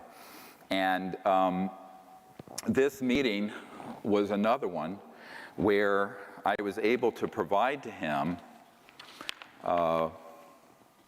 some very important information prior to the meeting, including a 1991 document, which has not been declassified, and I will go to that one next. It's the National Reconnaissance Office document. And that document is basically a security alert. And the reason it's important is not so much for its content or on the next page, which is a warning that a group of UFO buffs were trying to penetrate the perimeter of Area 51, so it's called. Nobody calls it that, really. It's the Nellis Range. But this was generated, and you can see the date, July 1991, and take a note of the distribution list, please. And we're going to get back to that in a moment. But it's a security blue fire, which is a code name, 1991, Commander's Net, Royal Ops, Cosmic Ops. So cosmic clearance, you've heard of this? Not a myth, it's real.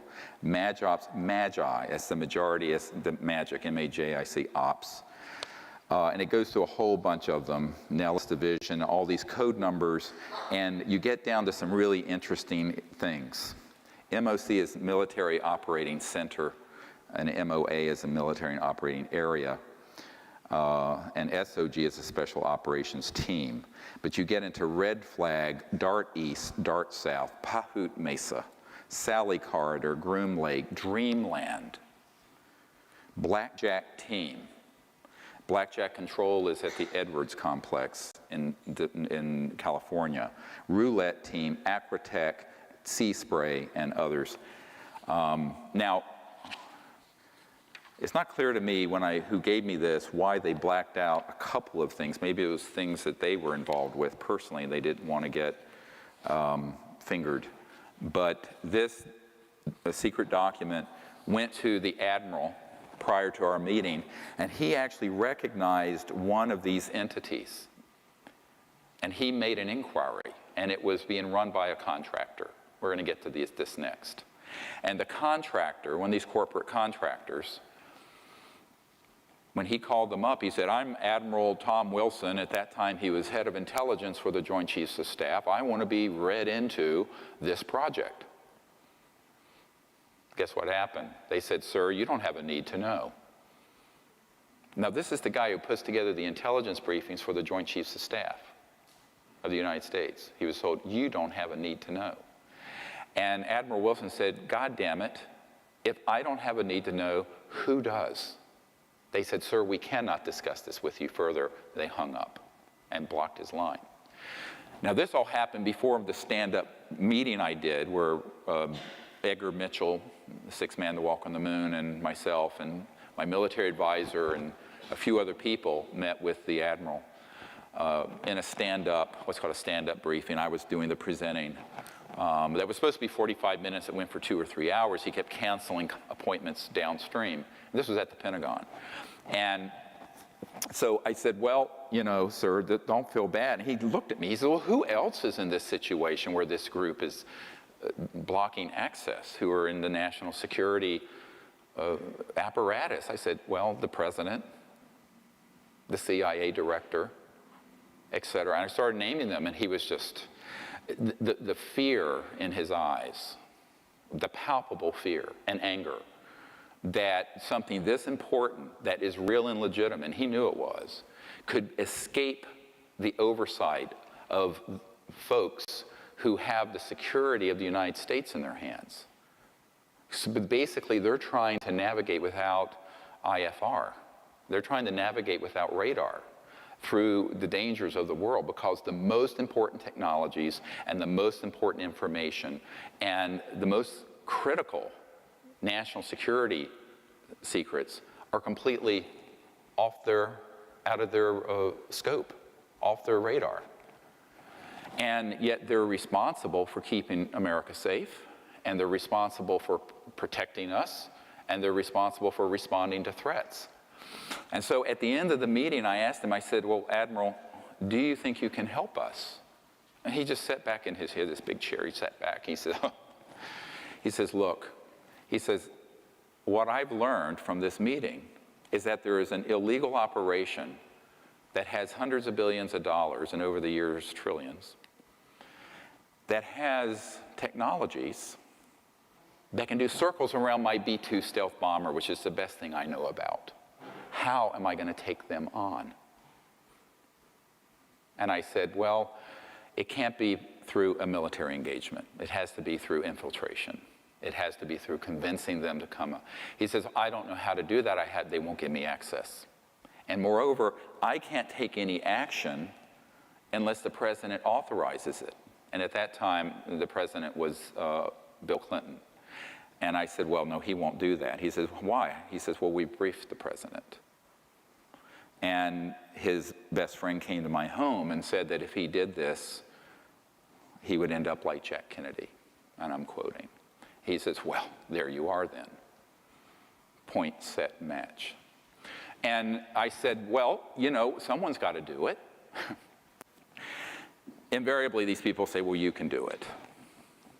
And I learned, if you look at, there's a movie my wife and I saw this past week called Bridge of Spies, and you realize there's this attorney named Donovan in it. It's a true story based on the Gary Powers U-2 shoot down. And he was sort of the expendable guy. I'm the expendable guy. I'm the guy, it doesn't matter if they get killed. Because basically that's what Clinton's people told me. It doesn't matter if you get killed. We don't want the president to get killed. So, I mean, I know that's ugly, but it's the truth. So that's why I'm doing it. So this document, the reason it's so critical is that it actually has the actionable. And this is the first document on the top of the large briefing that President Obama got when he became president. And John Podesta, who was his guy who put together the Obama White House, was the man that we provided this for. Because Podesta has publicly come out, as you know, in favor of disclosure and ending secrecy.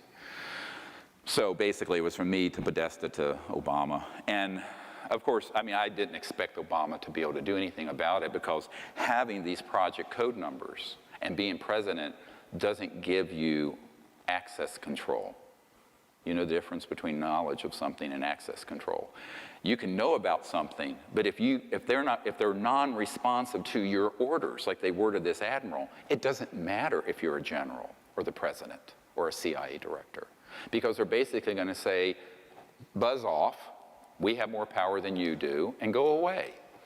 And that's how it operates. That is how it operates. This is naked, raw power. That's how it works. So This next document I want to share, unfortunately, did not come out. It's the Congressman Cox. As you know, he was SEC head secretary for W. Bush. But back when he was a congressman from Orange County, a good friend of mine who knew him set up a briefing between me and the congressman at his offices in Orange County. And he was on several key committees, Armed Services Committee, et cetera, and so on. And he wanted to know about the UFO issue, and I said, okay, well, I'll come in and I'll brief you. And he said, well, this has never been brought up at a briefing. I said, no, you wouldn't be, because I briefed members personally of the Senate Intelligence Committee and Foreign Relations Committee and House Government and Oversight Chairman and everyone you can think of personally, face to face. And in every case, they have been completely without access. And when they make an inquiry, they're told no such project exists. It doesn't exist. It's unacknowledged. Unacknowledged. Doesn't exist. And he says, well, I would like to know. He says, where the heck are these things going on? And who are the corporate entities? And where are the bases? So that was the genesis of the famous Cox memo, which, you know, became kind of infamous because I wrote it to him, and I basically did a subject of a brief summary of the people who I briefed who don't know, and a course of action that he needs to take. Unfortunately, that document didn't come out. It got scrambled by the electronic gremlins in the computer, unless he's fixed it. No, he hasn't. So basically, I describe who is not able to do this, but where the places are. And that was the genesis of this, which is the facilities list. And I want to go through this very quickly of where the key facilities are. Now, keep in mind, these are all run by a hybridized entity. It's part government, unacknowledged special access project, compartmented, deep black, transnational security state, and 3/4 corporate. The action is in the corporate sector. But at each of these bases, there are contractors who run the operations. Do you understand how this works? In other words, the government doesn't do that much. The government does WFO, work for others. So they issue contracts. So you'll have Bechtel Corporation, or you'll have Lockheed Martin, or you'll have whatever. So, but the key facilities I want to go through, and there are others. This is a list that I updated it for the president in 2009. A very chief one is Edwards Air Force Base, and there's a whole constellation there. Haystack Butte, China Lakes, George Air Force Base, the retired Norton Air Force Base, Tabletop Mountain Observatory, which is run ostensibly by NASA, and Blackjack Control. So I had a source at Blackjack Control associated with the Edwards-related facilities, but the Blackjack team you saw on that list was Nellis. So there's Blackjack Control and Blackjack team. And then there are aerospace facilities, and these are all DUMBs, Deep Underground Military Bases, or UGBs for short, underground bases. Northrop, the Ant Hill Tejon Ranch. McDonnell Douglas, the Llano plant. Lockheed Martin, Hellendale. Then Phillips Labs and the North Edwards facility. And I will add that since then, a newer facility called the Cube, which is up past Lancaster, Palmdale, up in the high desert outside of in the Edwards Range and classified airspace, is a Lockheed Martin Skunk Works facility where the state-of-the-art R&D is going on. Keep in mind that Lockheed and Northrop have multiple generations since 1954 of what you would call a UFO, man-made UFO, that are, as the head of the Lockheed Skunk Works said to several people on my team, including Jan Harzan, the new head of MUFON, the Mutual UFO Network. He's an IBM executive that's retired. I've been friends with him since the 20s, since the 90s. He is a man who is of great integrity, and he actually was at the meeting along with several other of my friends when Ben Rich, the head of the Lockheed Skunk Works, a super secret, it's where the U-2 spy plane in that movie came from, said, we can take ET home. We already have the technologies to take ET home, and ended his presentation with a slideshow of a black disc going out into space. Sounds fantastic? No, it's not. It's the head of the Lockheed Skunk Works. So we're flying around on jets, which are basically a vacuum tube that's pressurized with a bomb, a pre-positioned bomb called explosive jet fuel A that you're flying on, thousands of gallons of, when we have had these things since the 50s. How ridiculous. We're sending our astronauts up on rockets that blow up and kill them like the shuttle astronauts when we've had these things since the 50s. This is criminal. It's outrageous. But that's the way it is. So this is how it's developed, and then I just wanted to let you know that this new facility, the Cube, is, I have an engineer that I've met with who works in that facility, and they work on not just the propulsion systems, but also the electronic warfare systems and the bio-nanotechnology, which we'll get to after our break. And those are the things that the UFO retail world of books and movies and conferences would call aliens. These are man-made. They have integrated circuits in their brains, and they walk around. They're little gray or reptilian or creepy-looking things. These are man-made, 100%. And I know the men working on that, but the Cube is associated. That's one facility associated with those. Another facility is Dulce, another one is Pine Gap. So the other, of course, you've all heard Nellis Complex, it's Area 51. More specifically, it's S4, S9, and S12. Those are compartmented areas. You have to have a password and biometrics to get into them. Pahut Mesa and Area 19 and Groom Lake. These are all things that have been provided to our government officials. In New Mexico, you have the Los Alamos National Laboratory. It has an underground connector, that goes to the Dulce complex, which most people don't think can really exist, because you go to Dulce, there's nothing there. Remember this simple fact: nothing critical is above the surface of the ground. It's either in space or it's underground. Everything, including White House facilities and Pentagon. Everything critical is underground. The the Kirkland Air Force Base has the Sandia National Laboratories and the Defense Nuclear Agency, Phillips Labs again, Manzano Mountain Weapons Storage Facility and underground complex that connects, Coyote Mountain Test Site, north end of Manzano, the White Sands Complex, and again, the Dulce Complex. So Kirkland Air Force Base, and that's outside, of course, Albuquerque. I've been there. In Arizona, a key facility is Fort Huachuca. It's a underground base, most of it, that's critical. It's Army Intelligence Headquarters. There is a storage facility where a man, as of the 1970s, who was on my team, worked in it, and at that time, they had 9 extraterrestrial spacecraft that had been down using these electromagnetic pulse scalar weapons, and a whole lot of different ET species that were frozen there. And that's at Fort Huachuca, ironically near Tombstone. The other ones that I just want to mention, Cheyenne Mountain, which is under the mountain in Colorado Springs, has a dedicated area for just the Deep Space Network tracking of interstellars that are in our solar system.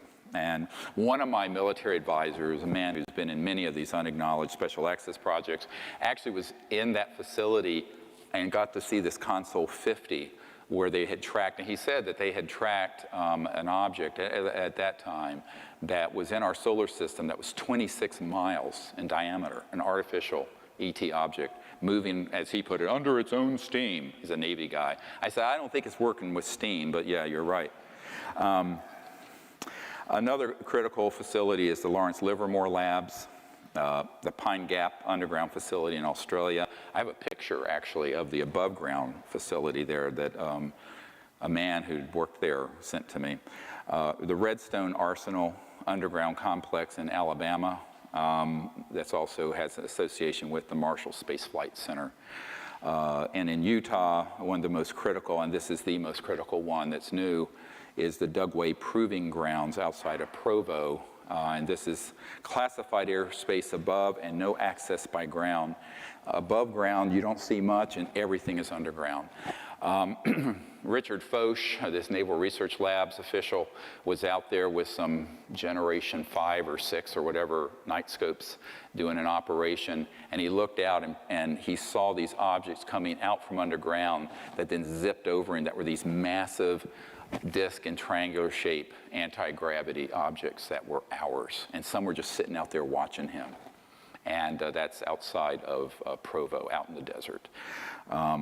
So that is a very key, and that one is mostly manned by folks who are part of the Mormon corporate empire, which, if I were to rank who has what kind of say-so over policy on this, that would rank certainly ahead of the president or Congress.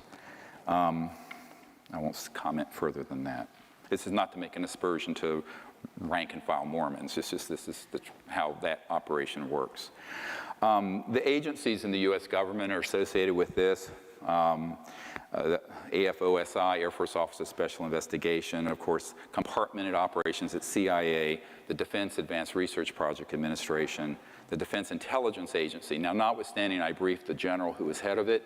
He wasn't given any information, but we have Disclosure Project witnesses who are DIA assigned contractors who were very involved in ET and UFO technology issues.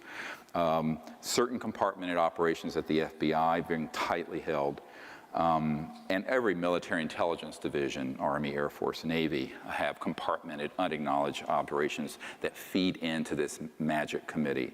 The National Reconnaissance Office, the National Security Agency, again, a very compartmented operation, certainly nothing that Edward Snowden had access to my knowledge, although it's been asked, and the various space commands.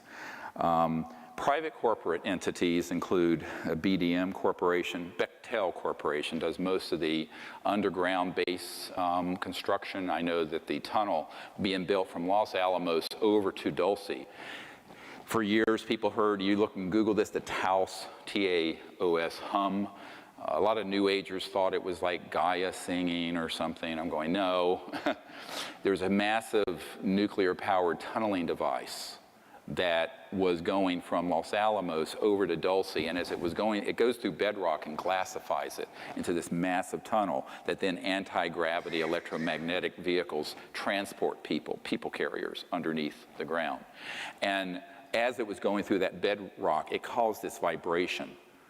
But that was being operated by Bechtel, and I was at a meeting with Stephen Bechtel once, and you know, they are very key. And Booz Allen Hamilton, of course, is who Snowden worked for, but they're a key contractor. They do have a compartmented operation dealing with this.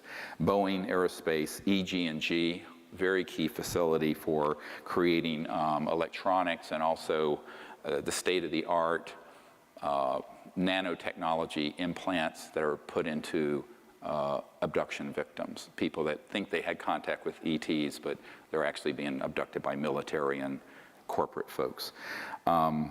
E-Systems, which is now a division of Raytheon. Lockheed Martin, I've mentioned. McDonnell Douglas is now part of Boeing. MITRE Corporation, M-I-T-R-E, very key in terms of anti-gravity and high-tech. It's here in the DC area and other places. Northrop Grumman. I mentioned Phillips Labs before. Rockwell International, SAIC, and this is one of the crown jewels. SAIC is a company, Science Applications International Corporation. Admiral Bobby Ray Inman has for years been a member of this magic committee, along with Dick Cheney and Papa Bush. But the SAIC, he had been National Security Agency head. He moved from National Security head over to the board of SAIC. And in a little side story, interestingly, when I asked Senator Barry Goldwater, when I was at his home some years ago, and you know, he'd run for president in '64, but he always had an interest in this, but had never been told anything. And we started comparing notes of who we knew, and he said, how can I help you? I said, well, if you could reach out to some of these people on this magic committee, it'd be great. And so, you know, we named some names. He didn't know the ones I mentioned, and then I said, well, Admiral Bobby Ray Inman. He says, oh, Bobby Ray, we've been friends for years. I said, well, get hold of him. Give him a jingle, would you? So he did. Biggest mistake of his life. He got hold of me. He says, I can't make any more phone calls like that for you. He tore me apart. He tore me a new one. But Admiral Edmund, definitely a magic member, as are other chief people on the SAIC. But it's compartmentalized. So, most people work on conventional things there. A TRW, Village Supercomputing, Wackenhut, security, does a lot of security for magic. And then there are others as well. So, some of these are ones most people have never heard a lot of these corporations. They're huge, and they have enormous reach. And I think that what you have to understand is that it's certainly not limited to that list, but it feeds into a system. And most people don't even understand how it works. And I always tell people, go back and look at the interview of Denise McKenzie. Worked for SAIC. She got a job there as a sort of clerical administrative person. She was in an office. It's kind of like the mafia. You know how the mafia will have like a pizza parlor or some little shop, and they'll come in and that's the storefront, but it's actually laundering money and they're doing their drugs and pimps through the back door. That's how this works. So she was in this office at SAIC, and it was an office. It was running multi-million-dollar contracts for the U.S. government. And she said, what is this? There's nothing going on here. And she went to this file cabinet, and there were just all these dummied up reports that would go back to Capitol Hill to justify the money. And when she started asking about it, they said, don't ask about this. And what she basically was told, this office receives the money. We generate false reports back to the president and to Congress. That money then passes out of this office to a black project dealing with UFOs, electronics, anti-gravity, stuff like this. So when you get to some of the accounting, I met recently with one of the big 4 accounting firms. They said, yeah, this is exactly how it works. If you go to, they'll basically say, here's what we're doing, and if you try to penetrate further to actually get to a granular level of where the money is going, they'll say, well, you don't have a need to know. That's the top secret, special compartmented intelligence. And basically, you have to take their word for it. So it all gets rubber stamped by the big 4 auditing firms. But it's very illegal. You'll remember in the film Sirius, Donald Rumsfeld, the day before 9/11, I'm not sure he knew he was being filmed, said $2.3 trillion unaccounted for. Recently, I found out from a good source, it's $8.5 trillion now. So there's $8.5 trillion that have basically been embezzled, misappropriated, used without the knowledge of the Congress or the president. That's a lot of money, even for America. So that is exactly how it operates. But if you take that one little example from SAIC and multiply it through all these corporations and all these different government offices, that's how the funding mechanism works. Does that make sense to folks? So I hope that made sense to you guys. I'm going to say let's take about a 15-minute break to stretch and to have a bathroom break. And when we come back, I'm going to go back into deep knowledge of how the funding works and really what the agenda is behind the secrecy. Thank you very much. All right. So if someone up there can ask people to come have a seat, thank you. Hope you guys had to stretch your legs a little bit. I know this is a long presentation, but it needs to be.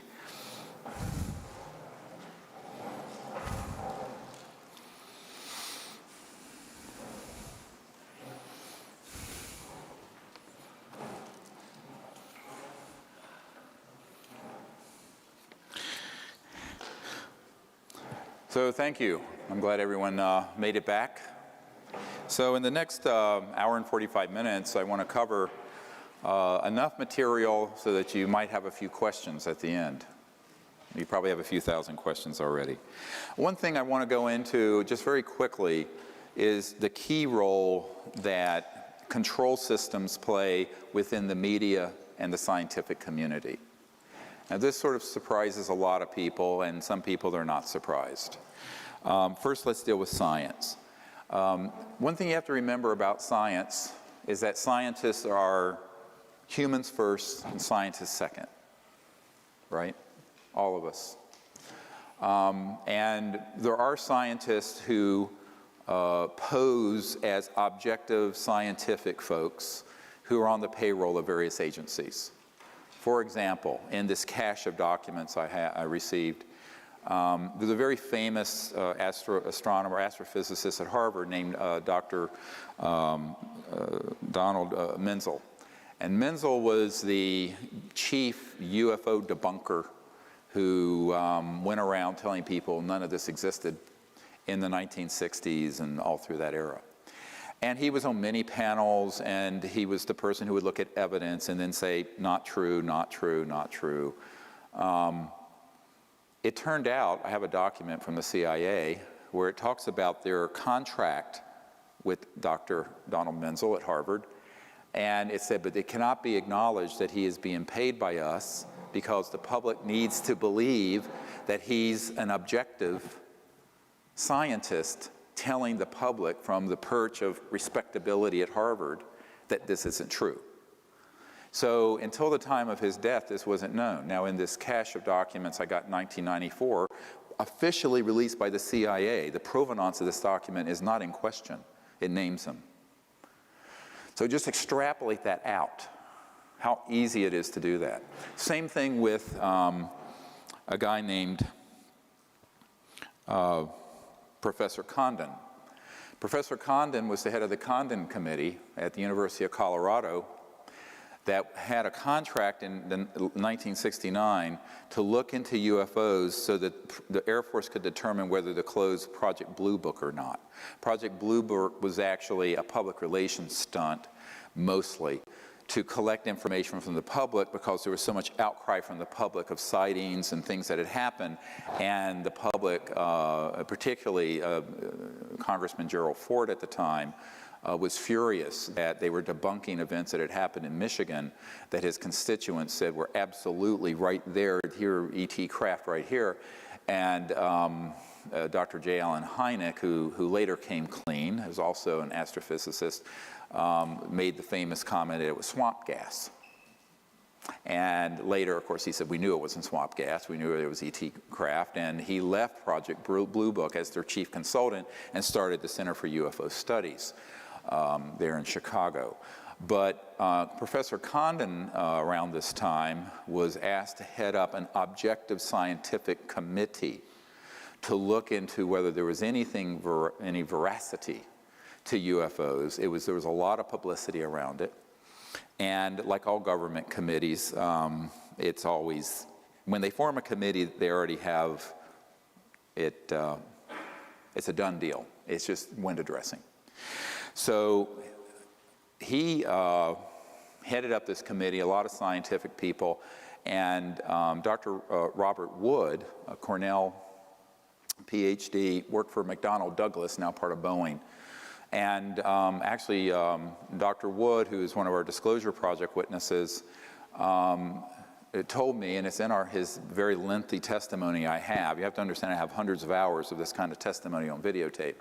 When he was working for McDonnell Douglas, old man McDonald himself asked him to look into UFOs and gather evidence. And so he began to do this. And he discovered a number of things, that A, they were real, B, they were interplanetary, C, they were using a type of gravity control propulsion, and D, most interestingly, in many of the things that he looked into, he found that the ETs had electronic devices that were what I call technology-assisted consciousness and consciousness-assisted technologies, meaning that there was a trans-dimensional nexus between the electronics of these communication devices. I mean, you know, this goes at the speed of light. It's just junk, really. It's 1800s technology, and, you know, it's the Morse code. No offense, Apple. But they had technologies that interfaced seamlessly with electronics that would pick up directed, intended thought, and which is absolutely true. And actually, the founder of Facebook, Zuckerberg, started talking about a thought switch to interface with computers. I don't know if he's been reading my material, but anyway, I started writing about that in 1990, 1991. And when Dr. Wood saw my comprehensive assessment of the UFO subject, which was written in '91, it got kind of moved through the agency and the aerospace community. And I was just starting this project, very obscure at that time, just this country doctor in North Carolina rattling around in an ER. And it made its way over to McDonnell Douglas, and I got this phone call from Dr. Wood, and he said, "You have no idea how right you are. How do you know this?" I said, "Well, I've had contact, and it's quite obvious. I mean, if you're any thinking person, you're not dealing with electronics that are the speed of light, or travel that's the speed of light. It's too slow, because some of these are from other galaxies, like the picture we have of that one ET that's from Andromeda, 2.5 million light years from here. You know, they're not getting here at the speed of light. It'd take 2.5 million years to get here." So he said, "Well, I really want to meet with you at some point." So we kept in this relationship, and he eventually told me that when he was doing this work for McDonnell Douglas in the 60s, that he was put on the Condon Committee because they thought, because he was a very prestigious aerospace guy at a major aerospace company, that he would go along with the debunking whitewash of the Condon Committee. And Dr. Wood was someone who started bringing in boatloads of evidence. And it was turning the committee to the fact, no, these are absolutely real. So Professor Condon went to old man McDonald, head of McDonnell Douglas Aerospace, and said, "You fire that son of a bitch, so I get him off this committee." And Mr. McDonald said, "No, I'm not going to fire him. He's a very good man." But he was thrown off the Condon Committee. But he didn't lose his job. But McDonald stood by him. And that's an absolutely true story. And it came out in this cache of documents from the CIA, I got in '94, that Professor Condon and that committee, some of the key people, were on the payroll of the CIA. And it's in black and white. It's an uncontested document. University of Colorado Boulder, prestigious aerospace guy, and he was carrying water and doing the bidding of the intelligence community, all the time masquerading as an objective scientist. So this is why, you know, I have said, like Seth Shostak and those people who are with SETI, the Search for Extraterrestrial Intelligence, they are either the stupidest people in the world, or they're on the payroll of somebody to lie to the public. You cannot be that stupid, given the dispositive evidence we put out there. And I actually debated on Voice of America, the head of the SETI project, Seth Shostak, and I had my Disclosure Project witnesses there. We basically cleaned his clock, because the evidence is so dispositive and overwhelming if you go through our material archive. But this happens all the time. So if you just extrapolate, that goes a couple of examples throughout the professorial class and scientific class. That's how it's done. Now, in some cases, it's done not for payment so much as to protect your own reputation. For example, there was a guy named Carl Sagan. Everybody know who he is? Cosmos series and all that. He actually was on the payroll of the intelligence community. And what happened is that Carl Sagan, there were some improprieties in his PhD thesis, which led to the intelligence community reaching out to him. And they basically said, "You're going to tell the public what we're going to tell you to tell the public, or you're going to be washing the floors at Cornell. You're not going to be a professor." And a good friend of his, two of his friends, George Fennell, who co-founded the Extrasolar Planetary Society and founded the Allegheny Observatory outside Pittsburgh, who's on my team, James Mullaney, who is a very eminent astronomer who was the editor of Sky Telescope magazine and Astronomy magazine, confirmed to me that this happened to Carl Sagan. One of them told me that he aged 30 years in a month because he had to sell his soul to the devil. And so he went from someone looking into UFOs, and actually it said some positive things about their reality, to being a chief debunker of them. And that was a real tragedy, because they had what's called opposition research, like a political party had. They had dirt on him. And they used it to turn him. But to the public, he was this renowned, respected scientific figure. So just magnify that all through society. That's how it operates. And I know it's not a very pretty picture. It's a little cynical. It's not cynical. It's just a reality. People need to, it's childhood's end here today. Wake up. This is how the world actually works. It's bare knuckle time. And that's one of the big problems, is that the same thing happens in the media. Everyone thinks we have a free press. We don't have a free press. We have a free press about things like the stain on the blue dress or something like that. Or other, Kardashian's wardrobe. But on anything really critical like this, we do not have a free press. And I can give you many, many, many examples. I'll only give you a couple. And this involves both the mainstream news media and another one that involves Hollywood. Take this and extrapolate it. Ira Rosen won his Emmy working with Mike Wallace at ABC News. He then became the executive producer, ABC News New York, for Primetime Live in 2020. When we started moving forward with the Disclosure Project, he came out to my farm in Virginia and came out with a production team. I gave him 35 hours of top secret testimony and countless top secret documents. And he says, either this is the biggest hoax in the world or the biggest story in human history.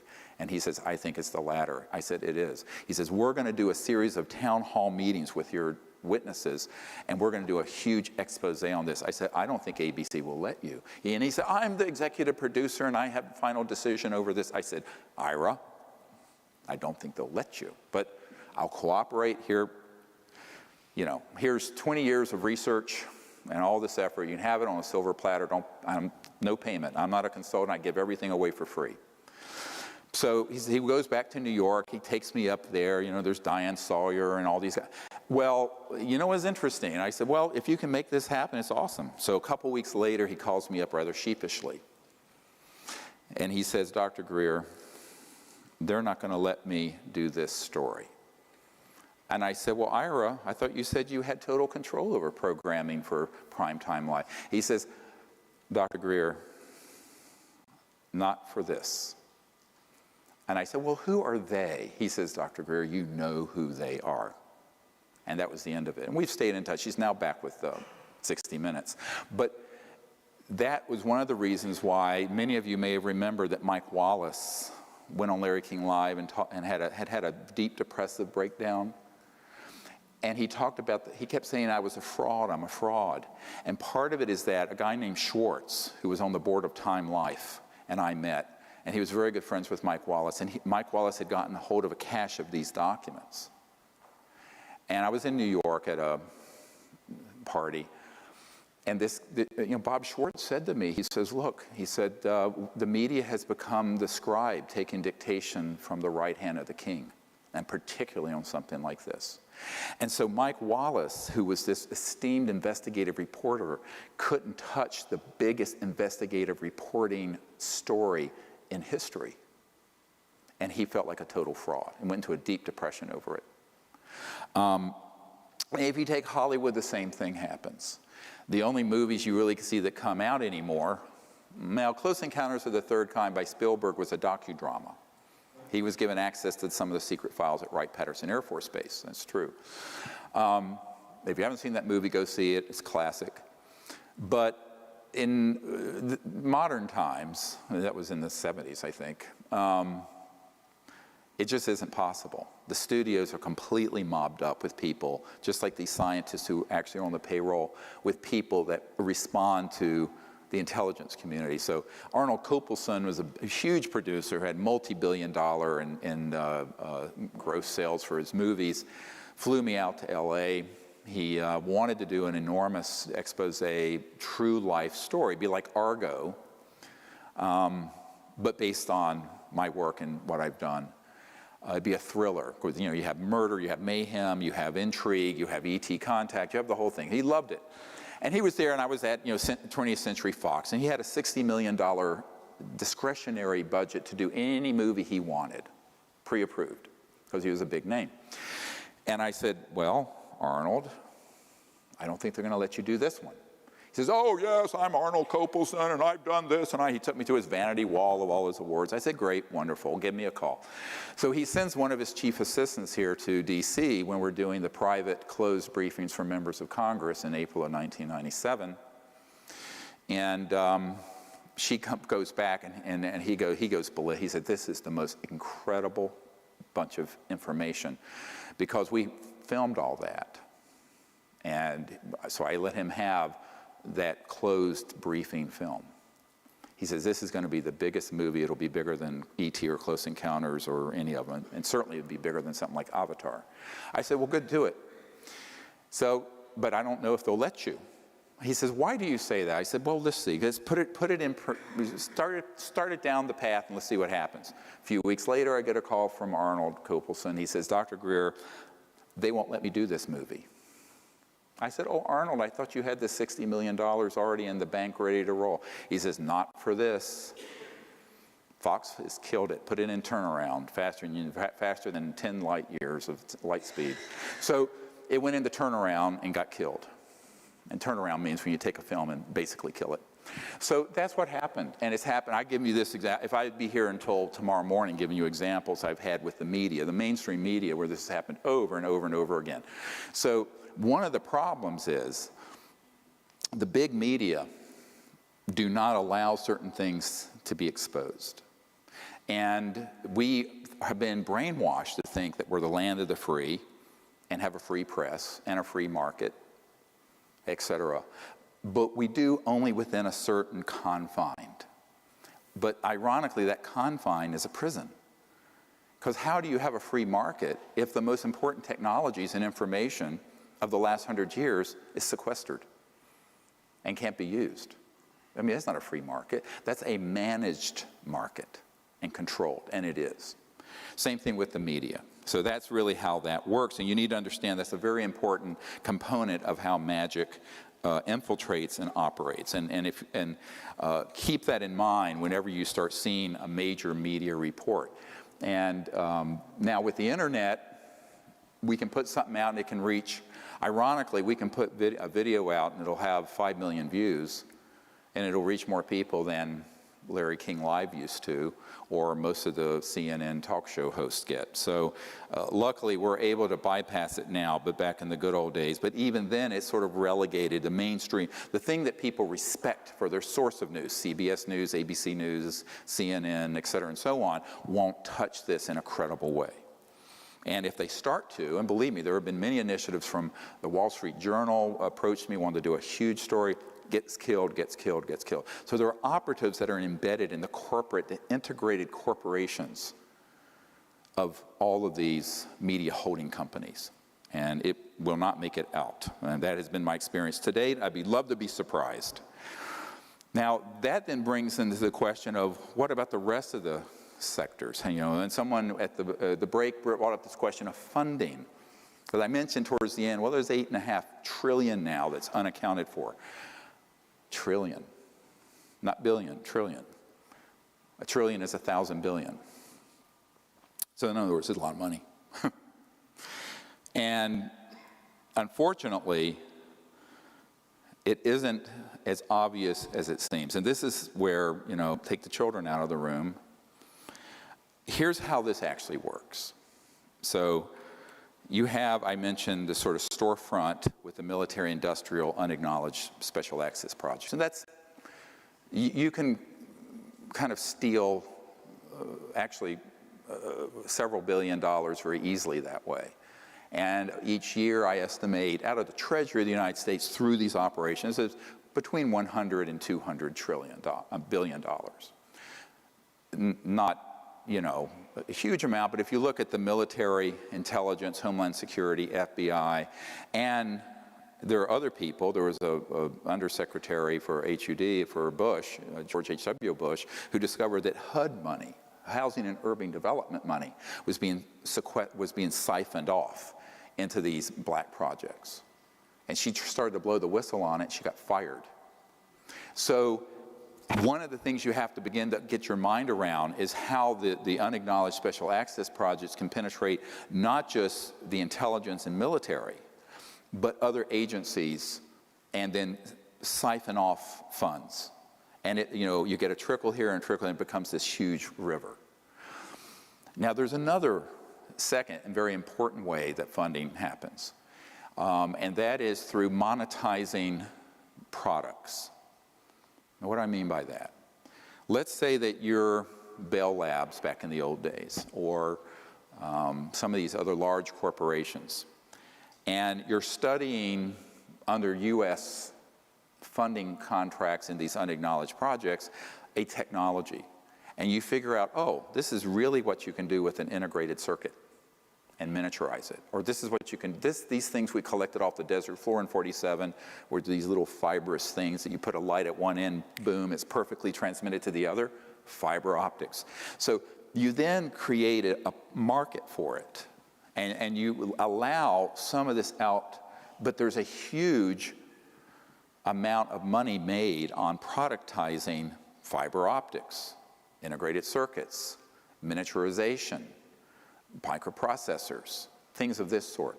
So there are spin-offs, and those spin-offs make an enormous amount of money for those companies, even though we, the taxpayers, paid for the R&D, and those folks really didn't invent it, but they benefit from it, from the corporate level. So that enriches the corporation so that it can then self-fund through licensing and productization things that were actually funded by the taxpayer. Now, Big Pharma, the pharmaceutical industry, does this all the time. They take stuff that's being funded at NIH or through university grants. The breakthroughs happen in basic science. They then take it one step further, patent it, license it, and next thing you know, a course of chemotherapy costs you $250,000. That's how it works, like rituximab. So, but that's been done with these high-tech programs since the 40s and 50s. So that's a huge source. So then they have their own funding. But now you can see how they can lift off the reservation away from government even more because they're more independent, corporate. Then there's the banking sector, and this is the big one. You know, the Federal Reserve Board basically just invents money out of thin air. When we had the financial crisis a few years ago, in the mainstream Wall Street Journal, you know, it was admitted they basically injected $17 trillion into the banking sector. Trillion. TARP was a small part of this. 800 billion, not much. This is 17 trillion. They basically at no interest gave $17 trillion to the gangbanksters, I call them. They are gangbanksters. And those guys who have integrated, if you look at the corporate nexus between the banking and financial sector and these large corporations and these government agencies, there is a nexus that gets woven. And the real power is really in the financial, macroeconomic level. And they basically can fund whatever and whoever they want and can move money around virtually with impunity. They're too big to fail. And at this point, there's a joke that if you think they're being regulated, this is a joke. So the gangbanksters have learned how to use that system, and they have investments and interests and startups, you know, whether it's the Blackstone Group or the Carlyle Group, and this, you know, private banking at J.P. Morgan Chase, and with this and that and the other thing. And so there's this whole labyrinthine system that involves the banking sector. And then there are covert parts of the banking sector. I'll tell you a story of a man who, back when I was working on this, and they made another run after I said no to the head of Army Intelligence when they wanted to buy my silence with $2 billion in slush fund money. I was taken to the Wrigley Mansion in Phoenix one night, and it was a late night meeting, maybe 10, 11 o'clock, and there was a whole group of people. It was like a conference for boardroom in this mansion. And around the table were a whole bunch of suits, and most of them were corporate, a couple government. And they say basically to me, you know, they said, you don't need to bother with someone like the president or the CIA director. They don't know anything, and they're not going to know anything. You need to be meeting with people like, well, us, who do WFO. work for other programs for the government. And there are certain orders of Jesuit priests who are involved with technology transfer policy. I said, what? I thought they were on drugs. And it turned out every word they said was true. And I was just listening.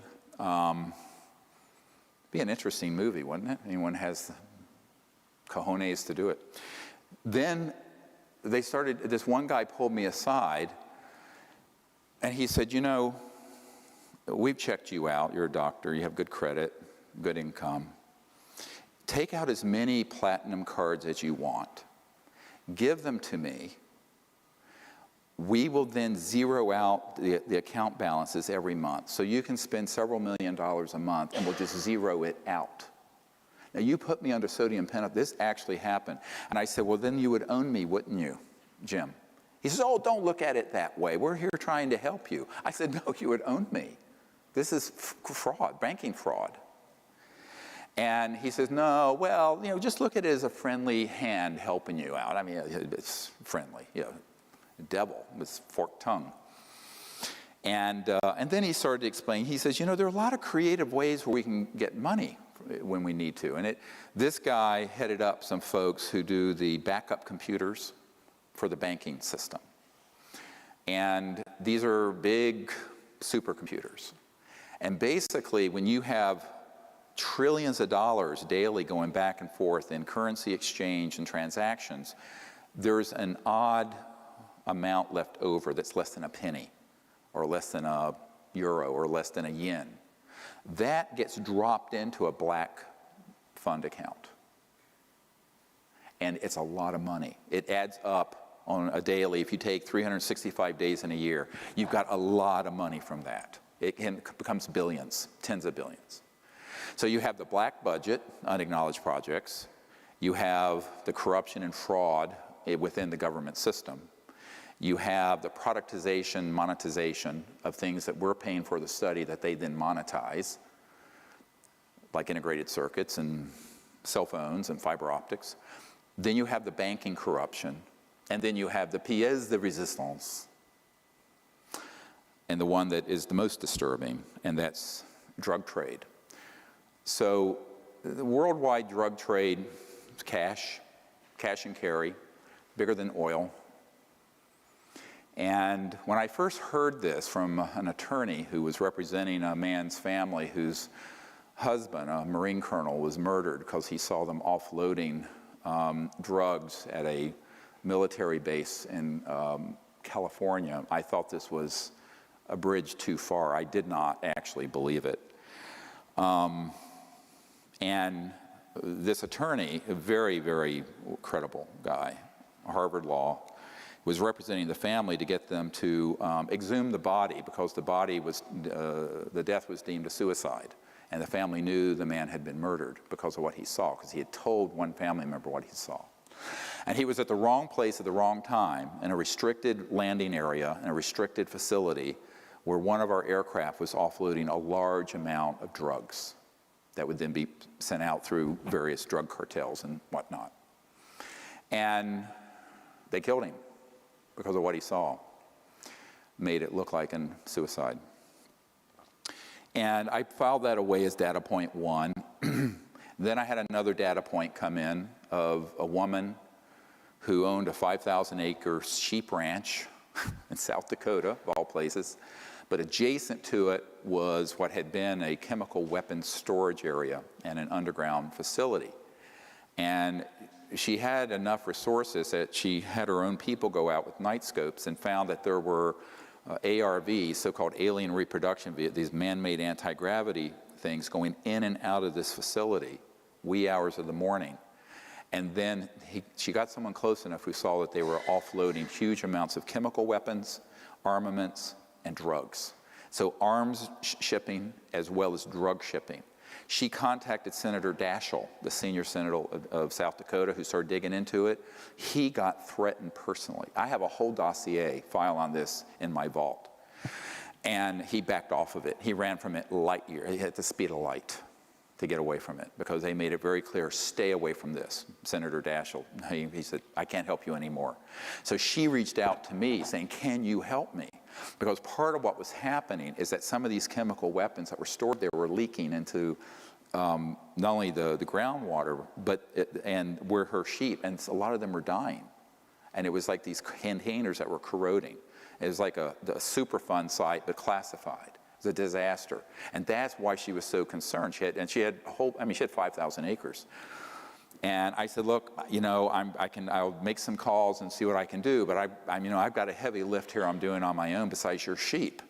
But this is a very real case.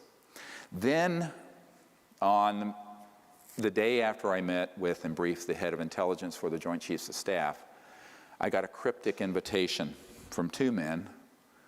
My wife and I call them Mr. Allen 1 and Mr. Allen 2. So not their name, it was our code name. I don't want to talk about who they actually are until they're deceased. I can confirm they're deceased. And they invited me over to this condo in Crystal City near National Airport, which turned out was the home of a former congressman who was sort of a consigliere and sort of advisor to George H.W. Bush. And in the room with him was a burly man who was a Science Applications International Corporation executive who was living virtually in retirement exile in France, who had come in for the meeting. And it was shocking what I learned, but not so shocking given what I've just told you. But they said, do you understand how dangerous this group is? I said, yes, I do, personally. And they said, but do you understand what they're really doing? They're destroying our world. They're destroying our planet. They're destroying our country. And these are the ones that have gotten off the reservation even from George H.W. Bush and have escaped control, gangland style. I said, yeah, I know that there are special compartmented operations that are unacknowledged that aren't even under the control of MAGIC anymore, M-A-J-I-C. They said, yes, there's a big one, and it deals with drugs. He says there is an army of 8,000 men that are special operations folks. And they said that they move drugs all over the world and the country. And we have killed 2,000 of them, murdered them, thrown them out of helicopters, missing in action, because of minor infractions in security, or a hint that there might be. 2,000 of the 8,000. And they began to describe this program in detail, and I listened. And they said, so this is part of the problem you're dealing with. And by the way, to connect the dots, this is why we don't have legalization or decriminalization of drugs, which every health policy person knows. You can buy anything on the streets of any little town in America. It needs to be, it needs to be something where there's treatment, education, and what have you. But if it was made legal, you would take away an enormous part of the funding for this criminal cartel. And it is the biggest criminal enterprise in the world. So one of my attorneys said, what you're really describing is a transnational RICO, racketeering, influence, corrupt organization. I said, yes, of course. He says, well, civilians can mount outside of the government a proceeding against using the RICO statutes, basically, which was set up for the mafia.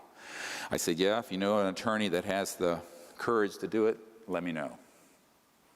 And this gets into something else that could be done. And with the information that we have and the people that could be asked about. And that is a major investigation with a Whistleblower Act result. What do I mean by that? The Federal Whistleblower Act allows for someone to blow the whistle on illegal and corrupt activity, and what is recovered or exposed through that whistleblower, the whistleblower gets a percentage of. In this case, we'd be talking about billions of dollars. So if there's a legal team that wants to head this up, and some more whistleblowers that we can put together, that's how you could fund the Energy Lab, but it would be a very big lawsuit and project. It can be done. if there's anyone who has the wherewithal to do it. I've mentioned this to a few attorneys, and then when they find out who you're really taking on, they go, no thanks, no thanks, no thanks. So it's all about courage. You have the courage to take on this sort of Fourth Reich that's really running these projects, this neo-fascist transnational security state. But that is another big part of the funding mechanism. And there are others, but these are the big pillars of how you get funding for an unacknowledged special access project. It isn't nice and it isn't pretty, and then it ends up doing things that are completely out of the control. If we go to the next document from Prince Hans Adam von Liechtenstein, this is going to get heavier and darker for a little bit until it gets better. Just bear with me. And, you know, I don't know if you know who this is. Liechtenstein is a big banking empire. And kind of they funded a lot of Adolf Hitler's work. And the crown prince is their king. So this is a man that I've met with and known for a number of years. I think this is dated 1994. And Hans Adam von Liechtenstein, the first time I called, I was asked to call the castle. His butler or someone picked up, and then he was immediately put on, and we talked, and he says, well, I don't want to talk on the phone too much, but we should meet. And these letters, this and you can go to the next one also. It was maybe a month later or something. It was from the castle, Vaduz, and this is the actual letters. He basically said to me, you know, let's get together, and I think he was wanting me to come to Europe, and I said, well, I'm too busy, I'm working as a doctor, and then it ended up, and although it's not reflected in this letter, he came to New York and stayed at the Four Seasons Hotel there in Central Park, and so he invited me over, and I had a meeting with him, but he says, from what I know of your assessment is correct about the group, this cabal, which is controlling the issue we discussed, UFO. I suspect they have very good reasons not to inform the public, and therefore I am highly skeptical about your chances of success. But he still wanted to meet. So I said, okay, let's meet. So this is where it's going to get into some shock and awe. I'm going 94 in July. I go up and meet with him at the Pierre Hotel, Four Seasons. And the reason he didn't think it could succeed is that he told me the ETs wouldn't allow it. They wouldn't allow disclosure to happen. I said, excuse me, we're making contact, and it's clear that, you know. He said, well, let me tell you what happened. So he was involved with a lot of UN programs and also with George H.W. Bush, the first President Bush, and a man at the UN named Perez de Cuellar, who was the Secretary General at the time. I had done briefings with the predecessor, with the one after Boutros Boutros-Ghali. And he said to me, the reason I, on the phone, told you that it wouldn't be allowed isn't that it wouldn't be allowed from the point of view of the government, but the aliens won't allow it. I said, well, that's ridiculous. I mean, since we've been talking, we've gone down to Mexico, had a craft come out. I said, they're obviously wanting to make contact if we do it in a peaceful way and not a military way. He says, well, this was attempted before you started your organization. I said, what are you talking about?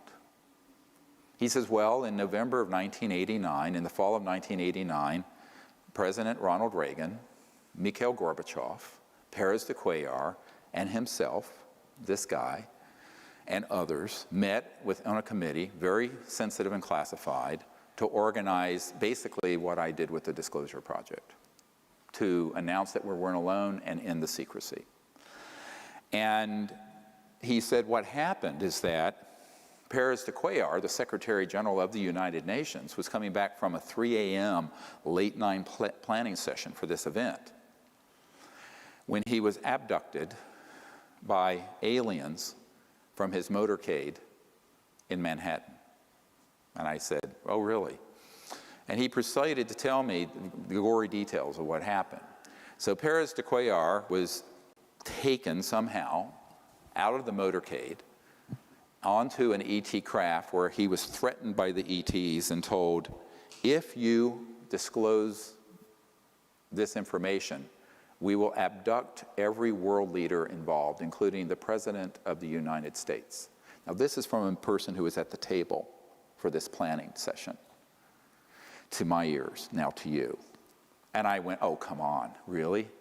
And he said, yeah, it blew up like an atomic bomb in the Bush White House. Subsequently, I found out that up at Kennebunkport, there were all these UFOs zipping around when Bush was up there out on his cigarette boat. And they didn't realize they were ours.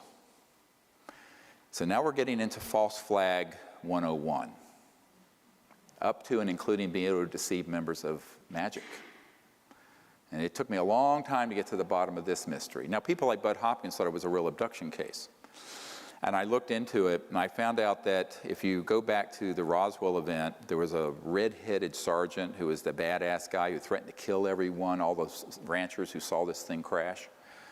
His son became a part of Magic security, this renegade group, this splinter group, who was involved with abductions and stopping leaks within Magic itself.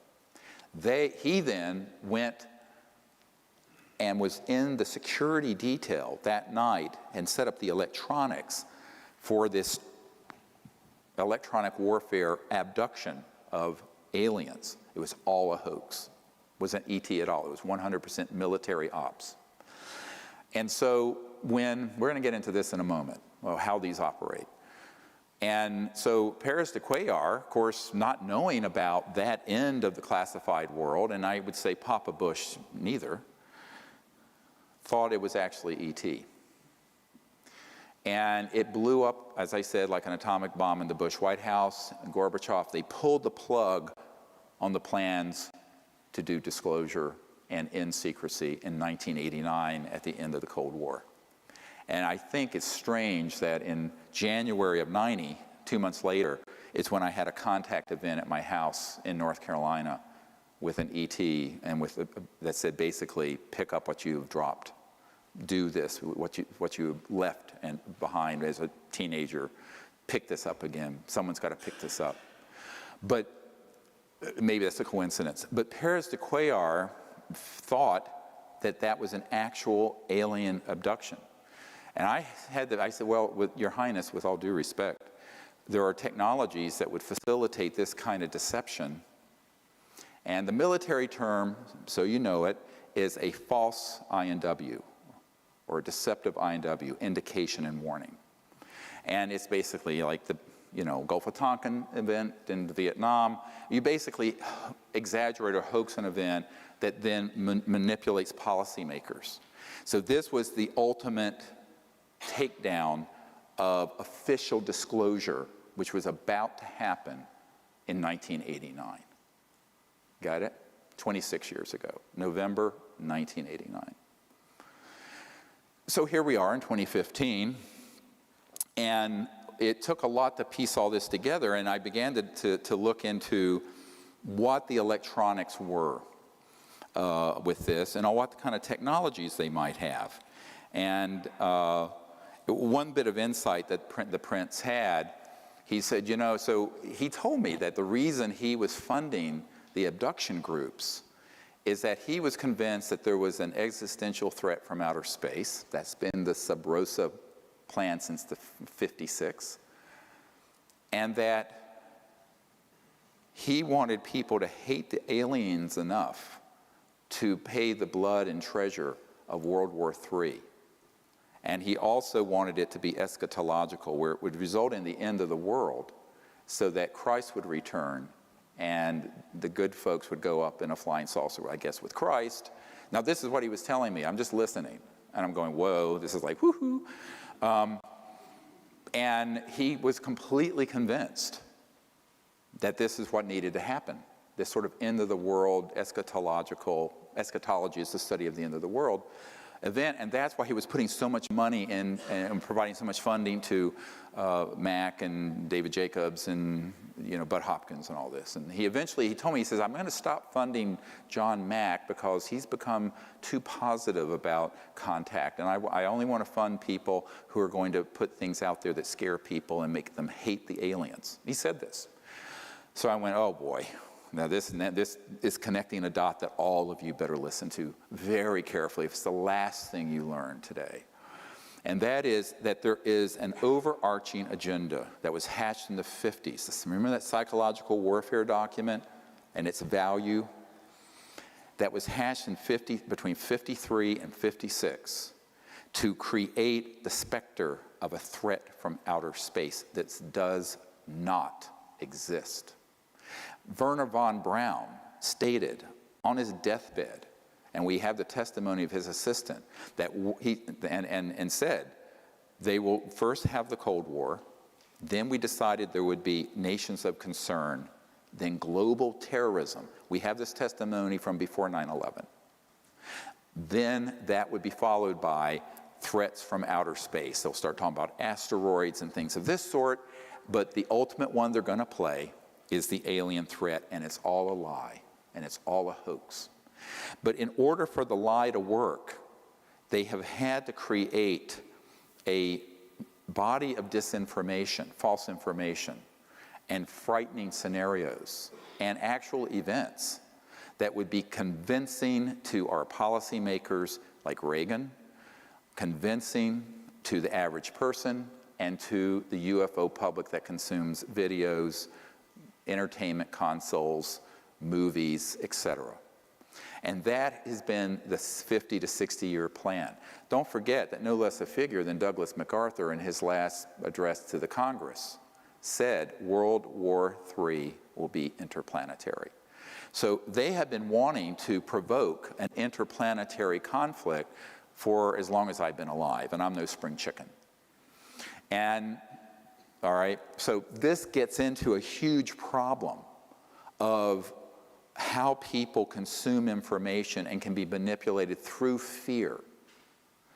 Because if you look at the roots of human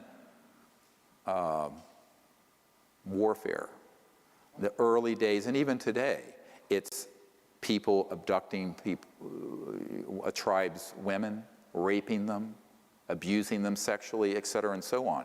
This is all stuff that they are simulating and saying that the ETs are doing through these abduction scenarios. It is 100% being done by military special operations that are this paramilitary force.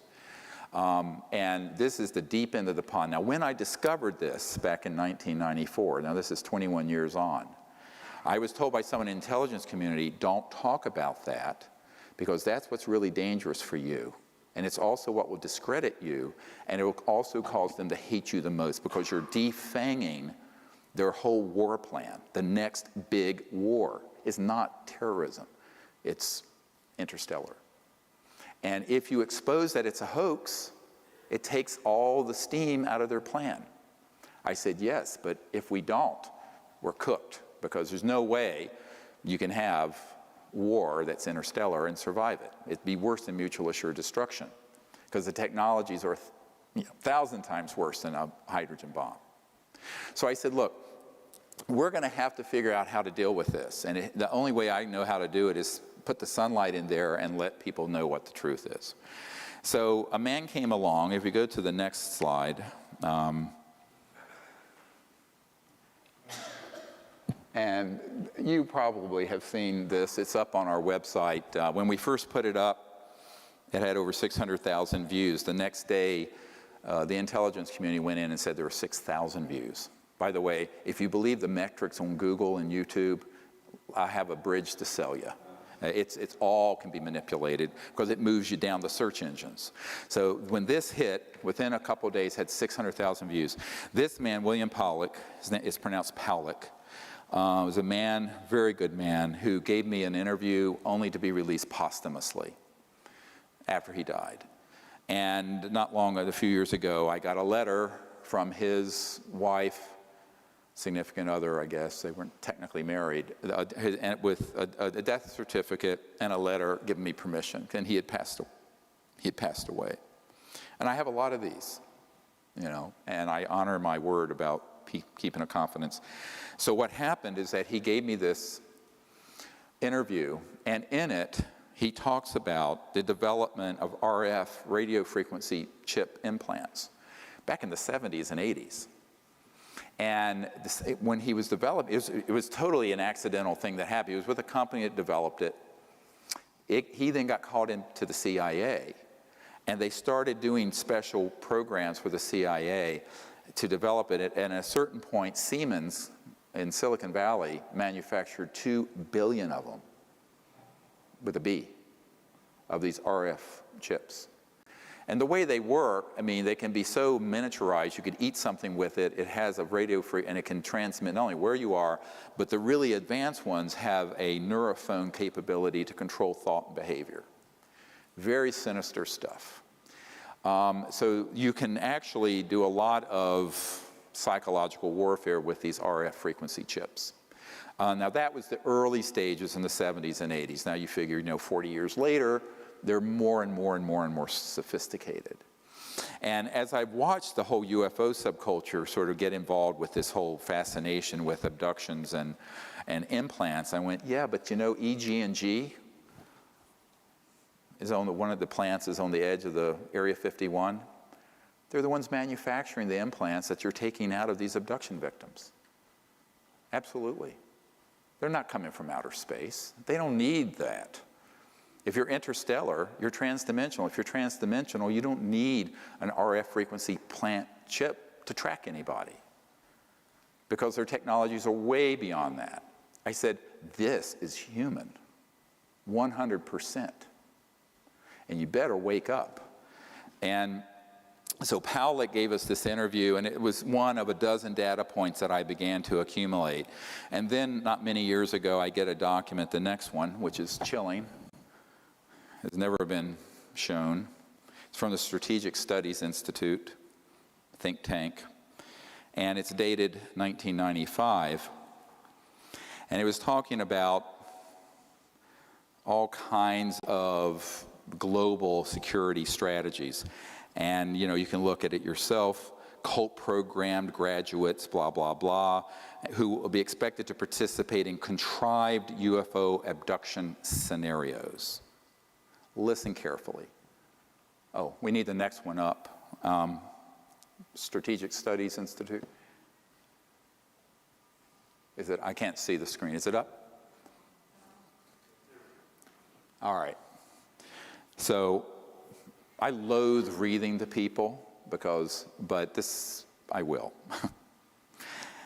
And number 2, create a global UFO cult, which will involve, this is what needs to be done in order to actuate this false flag operation, that will involve the abduction of citizens so as to foster an illusion that this Earth is facing an extraterrestrial invasion. UFO abductees of preference will have an experience in computer technologies, since that expertise will be required in future technocratic RMA scenarios.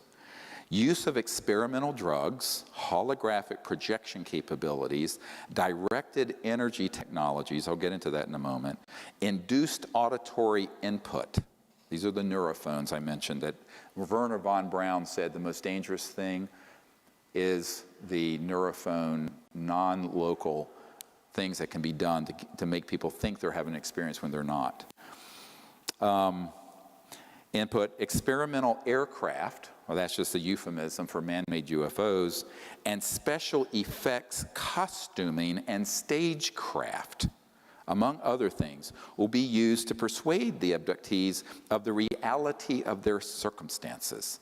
Official denials regarding these events will employ reverse psychology to ensure that all such denials are taken as official confirmation of an imminent and/or ongoing extraterrestrial invasion. This is the next page.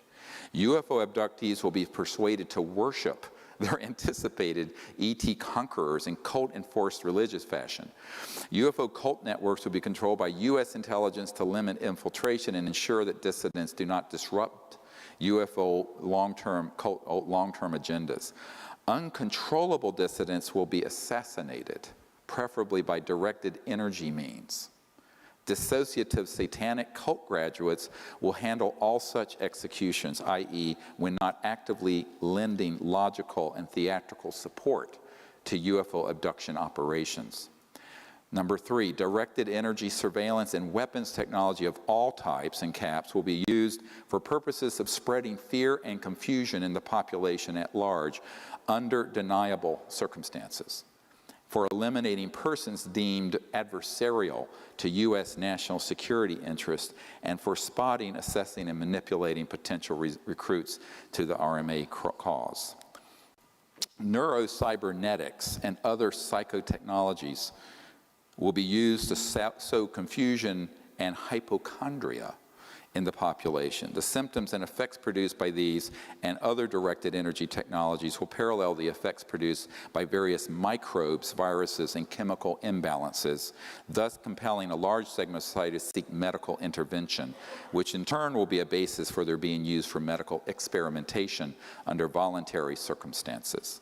Psychiatrists and psychologists will play an important role in these experiments, particularly where denying the efficacy of neurocybernetics psychotechnologies is concerned. Citizens who complain of hearing voices will be used as a basis for generously government-funded schizophrenic-related brain research, on and on and on. It goes on. Now, if you're not falling out of your chair yet, what I want to tell you is that all of that has come to pass and came to pass between the 1950s and the 1970s. A man that I worked with before his death had developed an electronic system in 1956 or 54, that would enable someone electronically to remote view anywhere, and could also affect, some of these have been called radionic psychotronic weapon systems. And they were developed decades ago. Now, how hard is it to deploy them? Not hard. They're not used every day. They're used enough to create a groundswell of conviction that there's an alien threat. So you take that capability, combine it with man-made UFOs, combine it with disinformation in general about the subject, and also certain chemicals, and you can launch an entire contagion of fear that's based on completely man-made false events. So this is the false flag event I wanted to warn you about. And people say, when is that going to happen? I said, it's happened already. It's already happened. The media, the film industry, any UFO conference you go to is going to be filled unwittingly, usually, not always unwittingly, but usually with information that is this kind of disinformation designed to create an us versus them dynamic of an alien threat. And the reason for it is that that is the only way to grow the military-industrial complex. You know, Leon Panetta, the CIA director and then Secretary of Defense, but when he was CIA director, said, you know, we're spending $110 billion a year chasing down 70 al-Qaeda members in Afghanistan. Ridiculous. In order to sustain the level of expenditures and grow the military-industrial intelligence laboratory financial complex, you got to have another enemy.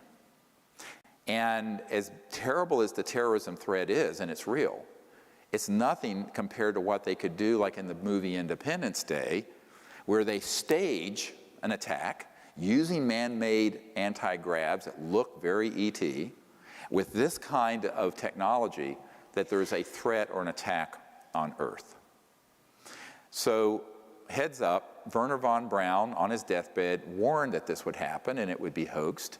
We've had so many people. I have met with one man, I can't get him to come forward, and then another, and then another, and then another, who spoke of, in the early days, they used, I know this sounds terrible, but he was a little guy, and he was so short, and they basically did like you would in a movie, suit and head and mat to make him look like an alien. And there would be military choppers nearby, but he would be on one of these flying discs, man-made, and go in and with a chemical canister and some electronics, abduct people. And he says, oh yeah, I was on an abduction squad, it was way back, I think in the 60s. They've gotten better, and I say better, and they've become more efficient because over the decades they've developed little creatures that look like an ET, They may look gray or like a reptile or this, and they kind of walk like this. They have this robotic, weird walk. And if you look at I saw the video that Stan Romanek had of the one that came into his house, that basically a film company bought up in Black Shelf. Nobody has seen this. I was at his home. And the one that came into his house was exactly one of these so-called gray-like creatures. And the way it moved was this very robotic. It was so obvious that it was a biomachine. And if you go into the brain, it is physical. It has a biological component, but it's laced, the neural cortex is laced with integrated circuits. And it's completely under control of these military operatives. But he thought it was an alien. I said, well, it was an alien, but not an ET. So I used the word alien, which has a very xenophobic ring, to connote the man-made ones, and the ETs are the ones that are interstellar. The aliens that are man-made are ones that are completely under the control of these paramilitary operations. And the stagecraft, if you use the language of this Strategic Studies Institute document, is so good that it would fool anyone. The president, the CIA, you could abduct, and they did. They abducted Paris de Cuellar out of his limousine using this stuff, and he thought it was ET. And that's why they killed the initial plan to end secrecy at the end of the Cold War. Gorbachev was on board, Reagan was on board, Paris de Cuellar, head of the UN, Prince of Liechtenstein was involved, et cetera, and so on. Killed it. Now we're getting, this I know is where everyone's going, can this man have lost his mind? Every word I'm telling you is true. This is the heart of the secrecy. How do you convince people there's another species to hate? Now, they actually took this from the playbook of Adolf Hitler. The way they conditioned the population. How'd you get a very, I mean, in the 20s, in the early part of the 20th century, Germany was the apex of culture, erudition, progressivity, intellectual pursuits, et cetera, and so on. How do you get that population to devolve into this horrific community that could engage in the Holocaust and World War II, the way that happened? Psychological warfare. So the psychological warfare masters that were involved with the German attempt at Nazism got pulled into the OSS, thence that became the CIA, and they reside today within this unacknowledged transnational, deep national security state. So that's exactly the problem we're facing. It isn't pretty. Yeah, I've tried to summarize it in these 3 or 4 hours as best as I can, but it's the truth. Now, as Gloria Steinem said, the truth will set you free, but first it might piss you off. And I think, a lot of people, when they learn that this is what they've been involved with, people who've done research on this subject, get quite irritated because they begin to realize that almost everything you know about the subject is not true about why they're here. Now, what I've learned is being head of the CE5, global CE5 effort. Let's go to the next one. It's a very interesting thing that came out not long ago. It's from the Daily Mail in the UK, but it was an article about this new electronic warfare system. And I actually talked about this 20-some years ago, but they're just now bringing it out, and it's kind of almost like Star Trek, but it's something you can put up that basically knocks out all electronic communication. You have the next one? And it just gives you the idea that if this is being reported in the regular media, or even tabloid media, this is at least 30 to 40 years old. This. And it's basically a platform that can float over an area and knock out all electronics. Not only in a city, but over a battlefield or what have you, using pulsed microwaves. Now, this is not talking about scalar. This is pulsed microwaves. But when you pulse microwaves in a certain way, it can cross over into this longitudinal effect, and it can have an enormously destructive result. And this was actually getting reported. So if this is being acknowledged in the media, it means that it's at least 5, 6, 7 generations old. So in other words, this is not state of the art. Anything that's acknowledged in the mainstream media is going to be old technology. And the really state-of-the-art stuff is highly classified, compartmented, and unacknowledged, most of the really amazing stuff. So this brings us to, how do we get out of this conundrum? And if you put up the next one. I just want to share this. I shared this in my London presentation last month, or in September. And this is the French initiative. And you see the date on it. This is by far, we're about to release all of this with a report on the internet, document ever generated by a government on this subject. Urgent, 16 January 2007. The French government had decided to reach out to us to make peaceful contact with the ETs and bypass this entire unacknowledged world of cloak and dagger nonsense. And so through a series of meetings that happened over 3 or 4 years, this Dr. Moran and his people, a very senior guy, an admiral and PhD scientist, also a medical doctor with the Ministry of Defense. This is an official Ministry of Defense letter to me and a few other people about this project. And what they wanted to do was to have the protocols established, and with this document came an entire separate attachment that had all the research and equipment that would be needed to do a friendly diplomatic contact with these civilizations in France. And so we cooperated with that. This was something that was not talked about until September. And I referred to it some years ago. Those of you may remember, I talked about a major G7 country whose Ministry of Defense was reaching out to us to make peaceful contact. This is it. You know, I'm speaking of it now because that government left. It was Sarkozy, the President Sarkozy. And enough time has passed that I feel like I can talk about it without too many ruffled feathers. There's still going to be ruffled feathers with this. But importantly, what you have to look at with this document, and it's basically an explanation. If you look at the translation, we had expected to do an event sooner and it kept getting delayed. And the delay was because of, as it says, politics. And there were people interfering with this attempt to go out and have a team of folks with the air support, security support, and have, like in Close Encounters of the Third Kind, a contact, a landing, or a near contact event under the official auspices of the Ministry of Defense of France.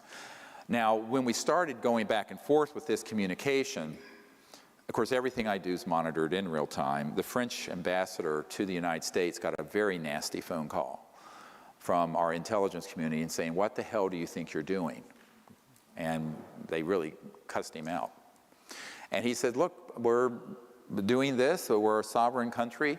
And basically what was said back to him was, don't do it anywhere near U.S. assets or U.S. airspace or U.S. territory, or you'll be in big trouble. And the French got very irritated by this. They said, we'll be completely within France and it's none of your business.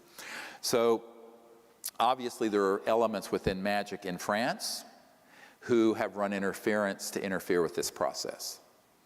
Every major country have elements. And so it's very political, it becomes very, very thorny, but the very fact that senior people in the Ministry of Defense of a major G7 country, group of 7, major economic country, would, and a nuclear power, would reach out to make peaceful contact using the Close Encounters of the Fifth Kind initiative is by far the most historic thing. And that's why this document, I think, is the most important document ever written, because it's not classified. I only kept it private because I didn't want to burn bridges to the government that was there. And it did involve all the way up to the President of France, this effort. We actually ended up going, I believe it was in 2010 or 2011, and did a CE5 event that actually had enormous results.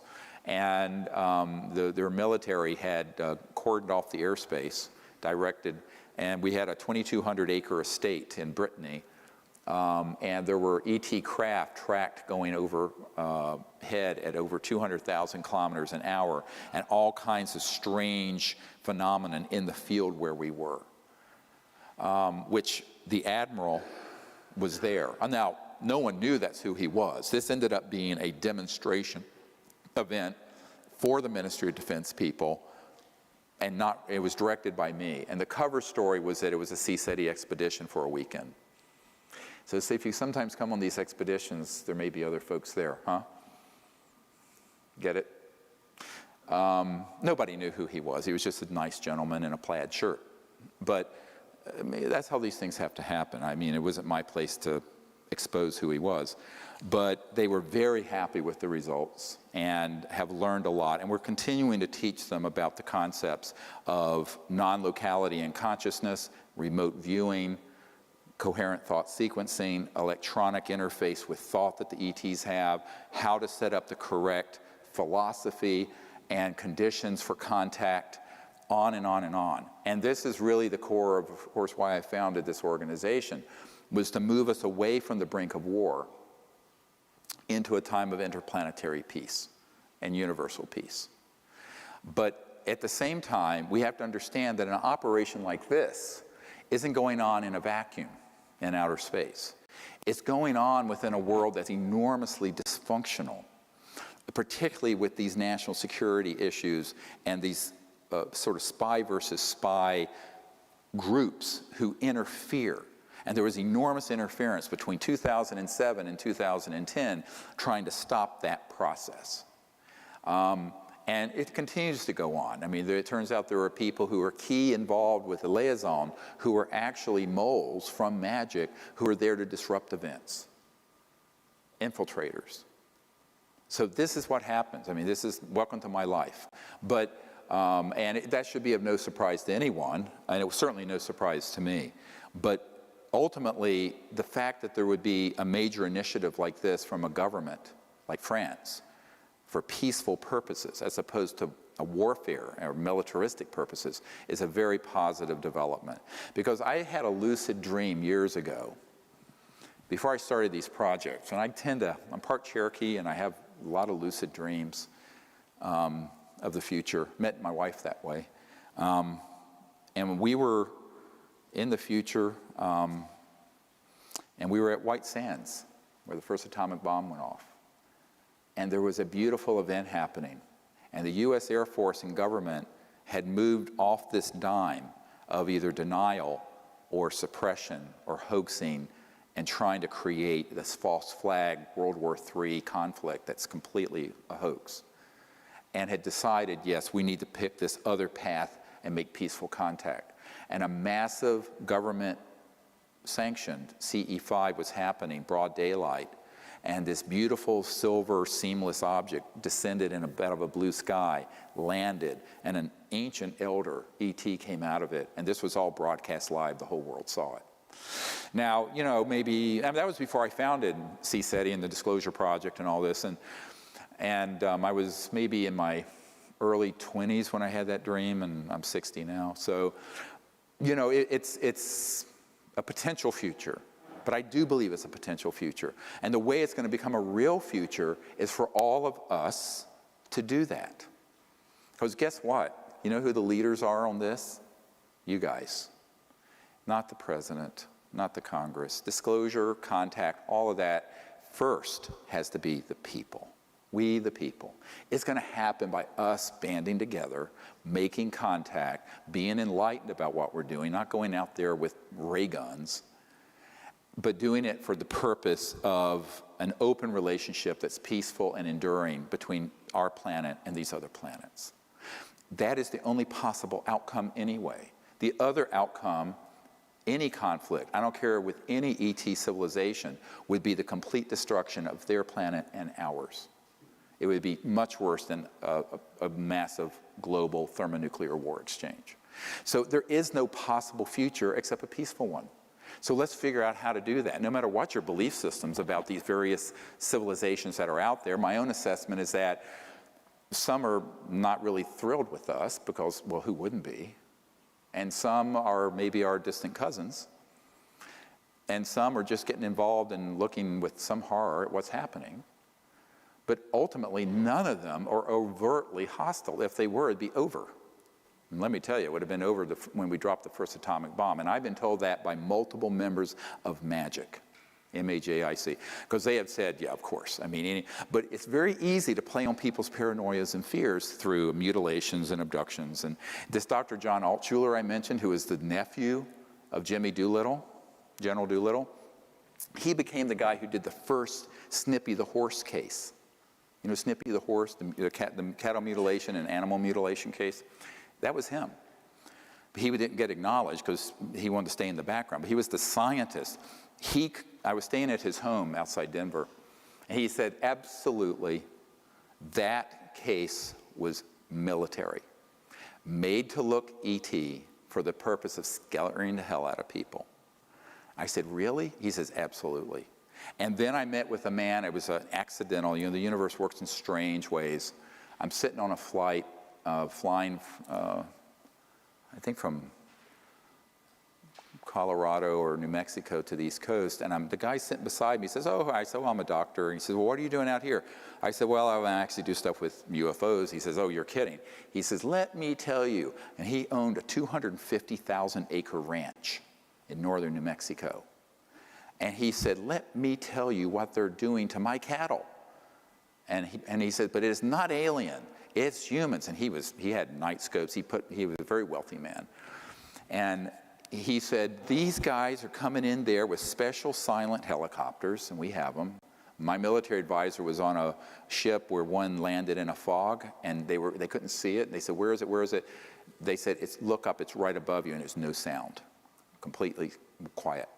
He says, and we caught them red-handed doing these mutilations on my cattle. And he instituted a lawsuit against the U.S. government, but the group doing it was an unacknowledged group that's extra-constitutional, and the U.S. government said, we don't know anything about it. And the government people who said that were telling them the truth. See, this is real plausible deniability, right? Because they can honestly say, we don't know anything about this. So he took it all the way through the federal court system, it just got thrown out. Even though he had dispositive evidence, human, paramilitary, and U.S. military assets were doing it. And, I've shared this with Linda Moulton-Howe and others. An alien harvest, I said, alien baloney. This is being done by people who want to scare the hell out of the public as part of this psychological warfare that was launched in 1953. But there's another reason for it. They're getting raw materials that they do take from that. It's hard to do it underground. Take them to underground bases, which become culture media for the programmed life forms, the man-made ETs I'm talking about. We don't have time to go into what these nanotechnological things are, but let me just say cloning. Dolly the sheep wasn't the first cloned creature. So with the right electromagnetic pulse, it's very easy to clone a human or an ET, or take tissue from one, but you need some kind of biological medium. And that's what the cattle mutilations provide, and the other animal mutilations provide the biological medium for these experiments in the development of man-made fake ETs. And by the way, there was an intelligence official who kept calling Stan Romanek, telling him when he had that creature come into his kitchen, and said, Stan, it's one of the fake ones. And he didn't know what it meant. I went out there with a MUFON investigator who investigates abductions. I said, yeah, it's a fake one. He says, what do you mean? I said, I've been talking about this for 20 years. The literature is replete with the military involvement in these abductions. It's a fake one. It's man-made. It's made to look alien, to scare the hell out of people, but because it puts fear out in the community. I said, it's not extraterrestrial. It's man-made. But the cattle mutilations do two things. They provide a nexus for more fear. Oh my God, not only are they abducting people, they're mutilating. But then it creates a source of biological substrate material for the nano biomachines that are these biologicals that look alien. And that was because they were taking them to Dulce, which was near his ranch. Same thing at Pine Gap. I have a science physicist who worked at Pine Gap in Australia, and it's all subterranean, and he worked on projects. He says, we have these creatures coming off like sausages on a conveyor belt. Absolutely. And I was at a meeting in Australia a couple years ago, and the Minister of Defense for Australia was there. He didn't know anything about this stuff. We had a very interesting conversation. But I said, no, you wouldn't. I said, our Secretary of Defense doesn't know about this either. But that is really what's happening. So you have to think that, well, if we can make our way through this nexus of fear and false information that has kind of colonized everyone's mind, then we can go out there with Close Encounters of the Fifth Kind teams and make peaceful contact with these civilizations. How beautiful. And that's why I tell people, don't be afraid of anything interstellar. You should be very concerned about paramilitary human. But the interstellars, not a problem. And I think you have to make a distinction. People say, well, how do you tell the difference? Well, an ET craft has no seams. The light from it is coming from refined materials that are so pure that the light itself looks like celestial. The beings themselves have a completely non-invasive, very intelligent, I mean, IQ of 400, 500, that range, and very conscious and spiritual.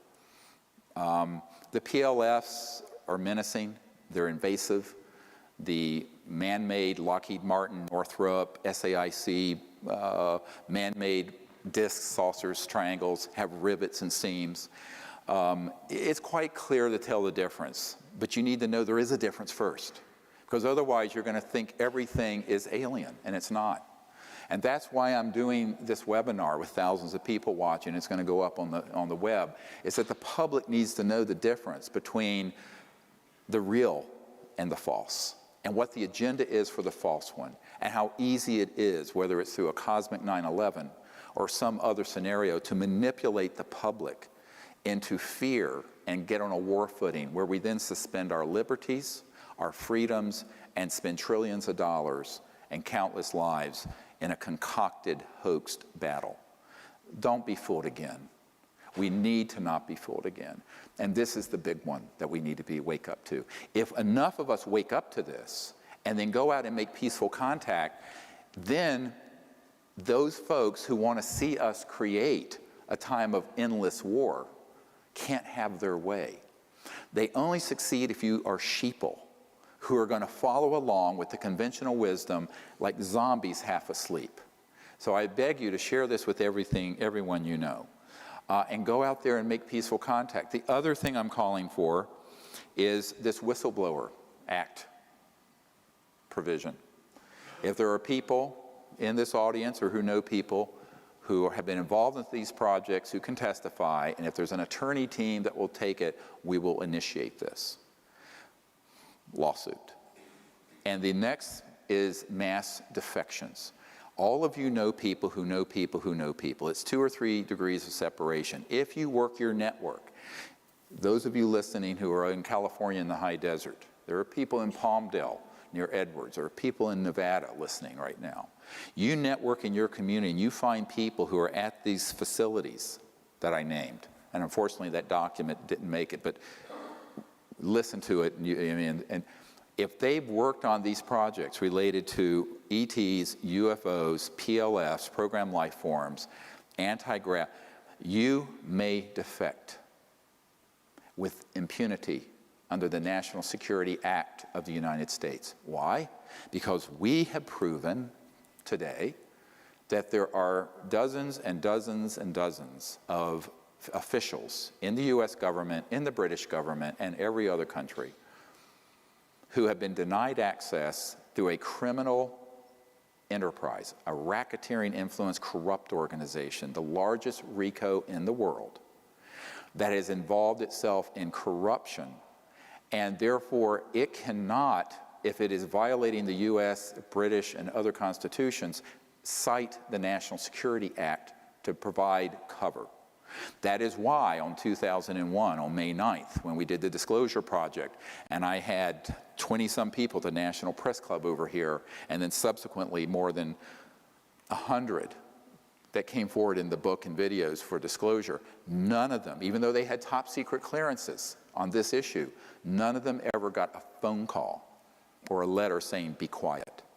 Because we had proven between 1992 and 2001 that this is an illegal, unconstitutional operation. So anyone listening who has a family member, a friend, a neighbor, someone you can network who's been in those projects or are currently in those projects, contact me at our website, Sirius Disclosure, SIRIUS disclosure.com. We will treat you with the greatest confidentiality. Now, we do not want to hear from secondhand people unless you have dispositive documents and proof. Only firsthand, people who are there and who can prove they're there. So you'll have a DD-214 from the Department of Defense, you'll have badges from your corporate access, you'll have stuff that can establish it. And that's what we require. But those folks need to come forward in a next wave of disclosure and defect from this criminal enterprise. Many of you, I'm addressing you now, don't know you're in a criminal enterprise because the way compartmented intelligence works, you have a guy at this desk doesn't know what the guy next to him is doing because it's special compartmented intelligence, top secret. And that's the way it works. They're in what are called silos. But I am telling you through these documents and this testimony that the way these projects are managed, it's illegal. And if it's illegal, they cannot cite you for violating the National Security Act. Now, Snowden disclosed information that the President and Congress did know about. That's different. I'm talking about disclosing information that is not being shared with the President or Congress and are a priori illegal. So the quotidian world of top secret, the sort of everyday world of top secret, I'm not talking about that. I'm only talking about unacknowledged special access projects that deal with the anti-gravity or gravity control, new energy, ET UFO issue. Those things are being managed in a corrupt enterprise that's illegal. So you folks can speak to anyone, provide any material, take any document, like some of these that I have that are top secret that have not been declassified. No one's going to come after you. Now, I did have an FBI guy say to me once, he says, that's a top secret document. If you share that with anyone, each time you share it, it's however many years in prison and whatever zillion-dollar fine. I said, really? Come put the bracelets on. I said, because my first call, I was back when I'd been on Larry King, my first call is going to be the Ted Koppel, who I know, and Larry King and a few other people. The headline's going to be, emergency doctor gets arrested for disclosing top secret document that confirms UFOs and that you guys killed Marilyn Monroe. You want that the headline? Come get me. And he looked at me, he said, you're crazy. I said, yeah, like a fox. I said, it's your worst nightmare. This is your worst nightmare. So that's the other part of disclosure. Don't be a lone wolf. Don't be a Bill Colby. Do it. Come together with us, with a group of people, another 5, 10, 20, 30 people deep inside the transnational security state, the deep state, and come forward. That's what I'm calling for people to do. So that's one thing we can do. The other is to each of us form our own CE5 groups. How many people here are part of a CE5 contact group somewhere? I'm just curious. Yeah, so a few of you. The rest of you need to do that. We have an app. If you go to SiriusDisclosure.com and scroll down to the second bottom half of the page, there's actually an app to train you in the remote viewing and the contact protocols. And then there's another app, a free app, that will show you who is on CE5 teams in your area. And so you can register on that, create a new email just for contact in CE5, and start going out under the stars doing this. Because here's the power of mass consciousness. Dr. John at Princeton, the Princeton Engineering Anomalies Research Lab, found that if one person put their awareness on a random number generator, they could shift the zeros to ones or the ones to zeros, just through their conscious effect. That's the power of the mind. Our minds have infinite power if we tap into that. If two people do it who love each other or are united, the effect was exponential, not arithmetic. It wasn't twice as much, it was 10 times as much. So when a group of people in higher consciousness go out for the purpose of making peaceful contact, understanding that our future is peace in the cosmos, and where our destiny is to become extraterrestrials to other worlds eventually. where we will be interstellar. If you understand that, and then if you begin to do that, don't worry about what phenomenon happens. The process of doing it itself is transformative and edifying. So please go and do that. That's another thing you can all do. Now I want to take the last few minutes to just take a few questions. We've got about 15 minutes. And anyone who has a question in the audience, if you can just yell it out and I'll repeat it so everyone can hear it. Yes, Simeon. You were one of the witnesses at the Citizen hearing for disclosure at the Press Club in 2013, just a few months ago. Mm-hmm. Do you think such an organization like that and those types of events help move the whole issue forward? Hearings in front of either members of Congress or the type? Yeah, he's asking about the hearings in front of Congress and this sort of thing. Here's the problem with that. In reality, we've already done that. We've already given the full dossier to every member of Congress. I am not sanguine that any member of Congress is going to hold a hearing on this. Even Kucinich, who ran for president in 2008, who had a sighting and a close encounter, he was outed by Shirley MacLaine, unfortunately. And I've known him for years. He became chairman of one of the subcommittees on government oversight, domestic. He wouldn't do it. Because the social opprobrium, condemnation, critical, ridicule, is so great on this subject. It's more likely that more and more people defecting and doing it through the new media and the internet would create a tidal. Now, at some point, either a contact event will happen that cannot be suppressed, or enough critical mass of people, a new wave of people defect where it just reaches critical mass. But for the president and the Congress to do it, they will only step in after we've done the very big heavy lift. So I think disclosure is in our hands, and in my opinion, in a sense, we've already done it. The majority of Americans believe we're not alone. 43% of Americans believe we're currently being visited by ETs. 2/3 of the public believes there's intelligent life out there, and we've been historically visited. So in a sense, when I started the project, the numbers were like 25%. So in a sense, we've won that issue. It's when people talk about disclosure, I say, well, in a sense, we've already done it. What hasn't happened is official disclosure. But the problem with official disclosure is that it's rare to find a politician who has the courage to make their way through the condemnation, the ridicule, or the threats. And the threats are serious. And that's why we had such great hope that Clinton, and by the way, when Lawrence was hosting, when we were doing this briefing for President Clinton and Hillary at the Rockefeller Ranch, you know who stood up and stopped it? Hillary. She said, it's too dangerous. We don't want to hear anything more about it, and we're not going to pursue it. So President Clinton took the briefing, this huge thing I put together, and kept it in the private quarters of the White House, in his bathroom, actually, to read. And he would occasionally bring it out. There was a person who used to live at the White House who's a friend of mine. And he says, yeah, he'd bring it out into the living room, and he went through and he'd go, I know all this is true, but they won't tell me a thing, not a goddamn thing. That's what he said. So, I just think that, for the chief executive or the Congress to do it, we're going to have to create events, contact events. And it's harder in America than any other country, because this country is the crown jewel. It's not that Magic doesn't have subsidiaries globally, but this country is the crown jewel of the military, industrial, financial, laboratory, technology complex dealing with this. All other countries are an order of magnitude down in terms of what they have. And so for a president or a congressman to really go full bore at this, let's just say I'm not holding my breath. I'm calling for it. I think it'd be great if it happened.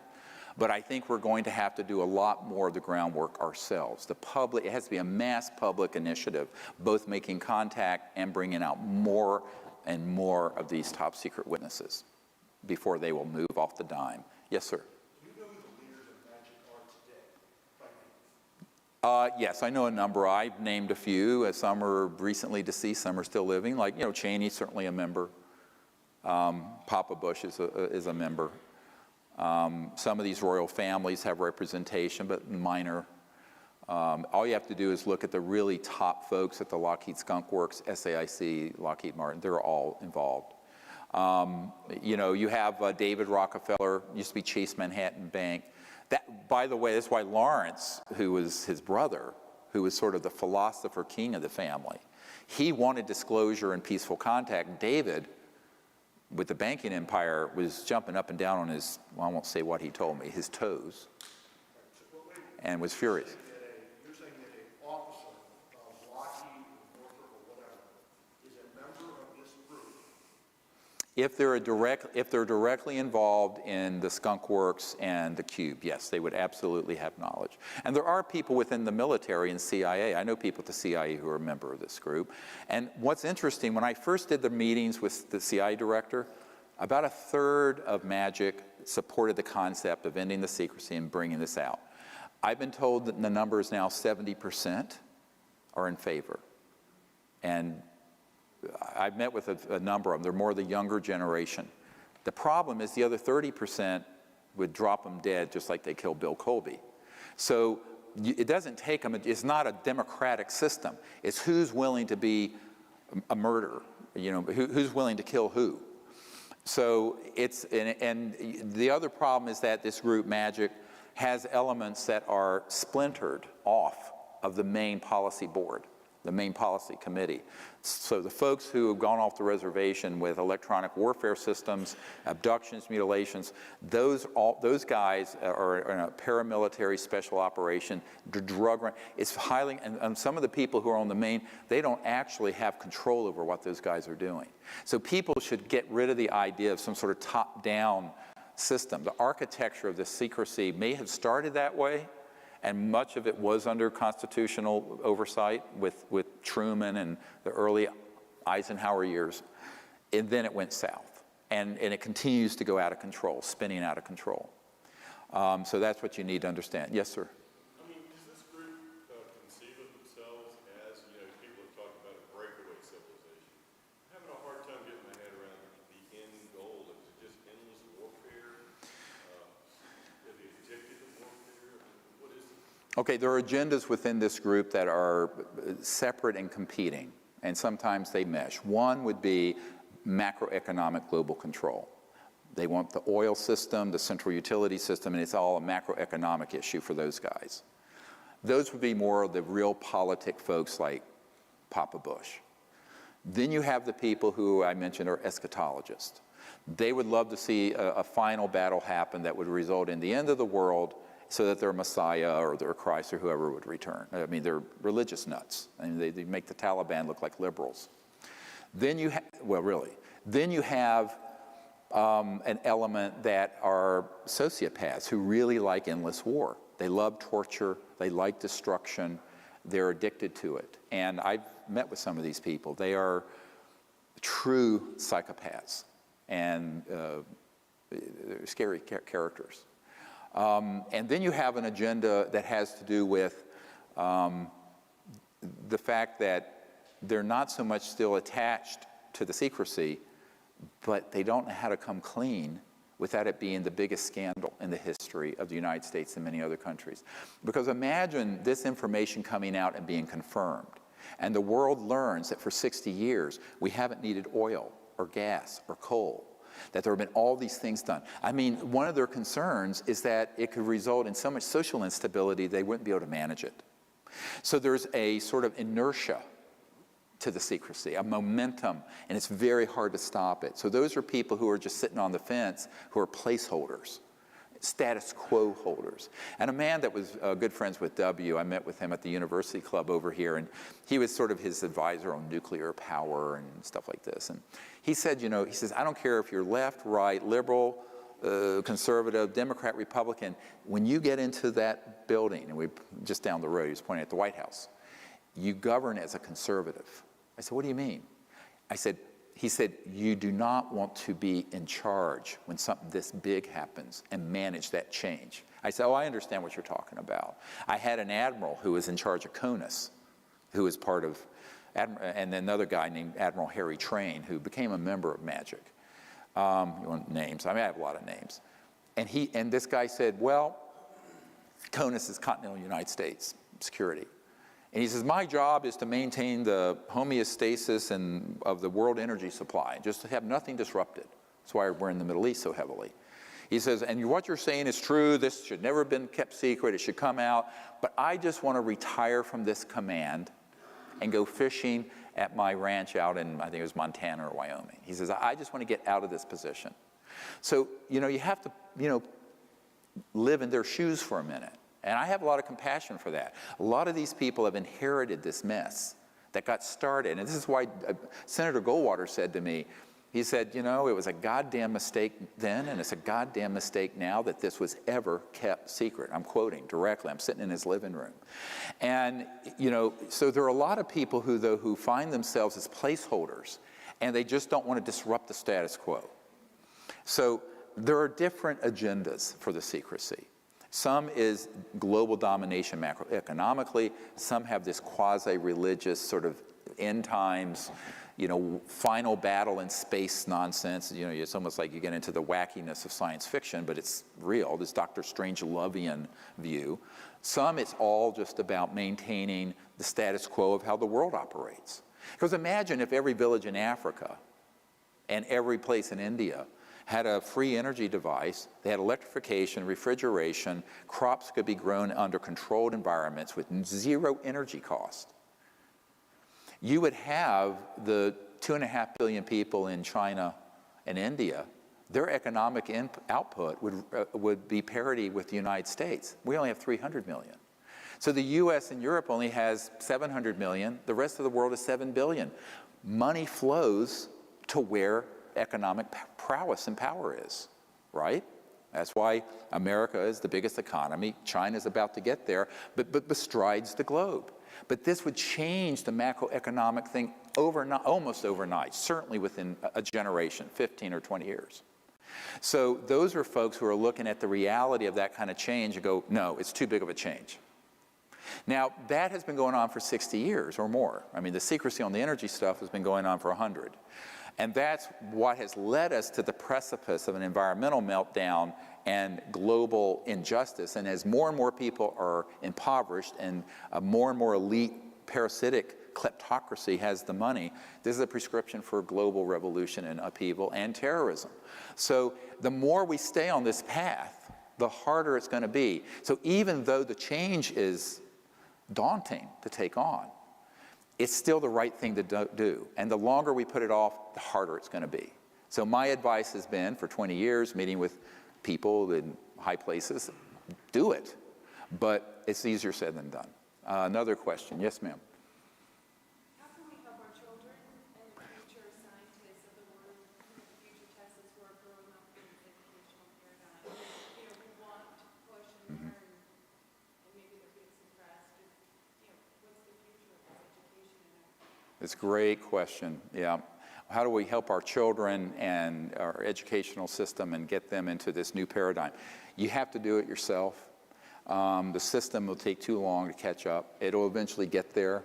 So when you start talking about the whole area of consciousness studies, high-tech sciences, you're not going to be able to get that at MIT or in your public schools. But we as parents can provide that information to our children. The other thing is to encourage them to take risks. I mean, now we have bubble kids. Everyone's a bubble kid. I mean, I ran all over the city wild. Now, my parents would have been in prison. We don't let children take any risks. But you know what? We become so cowardly and timid that if my parents' generation were like that, we'd all be goose-stepping to Adolf Hitler. So now there's an Adolf Hitler that's this sub rosa, Fourth Reich. And we have to have the courage to stand up to it. Now, there are costs to that. I've paid a very steep price. But I think ultimately you have to begin to embrace a bigger vision. So I'd say the first thing with our children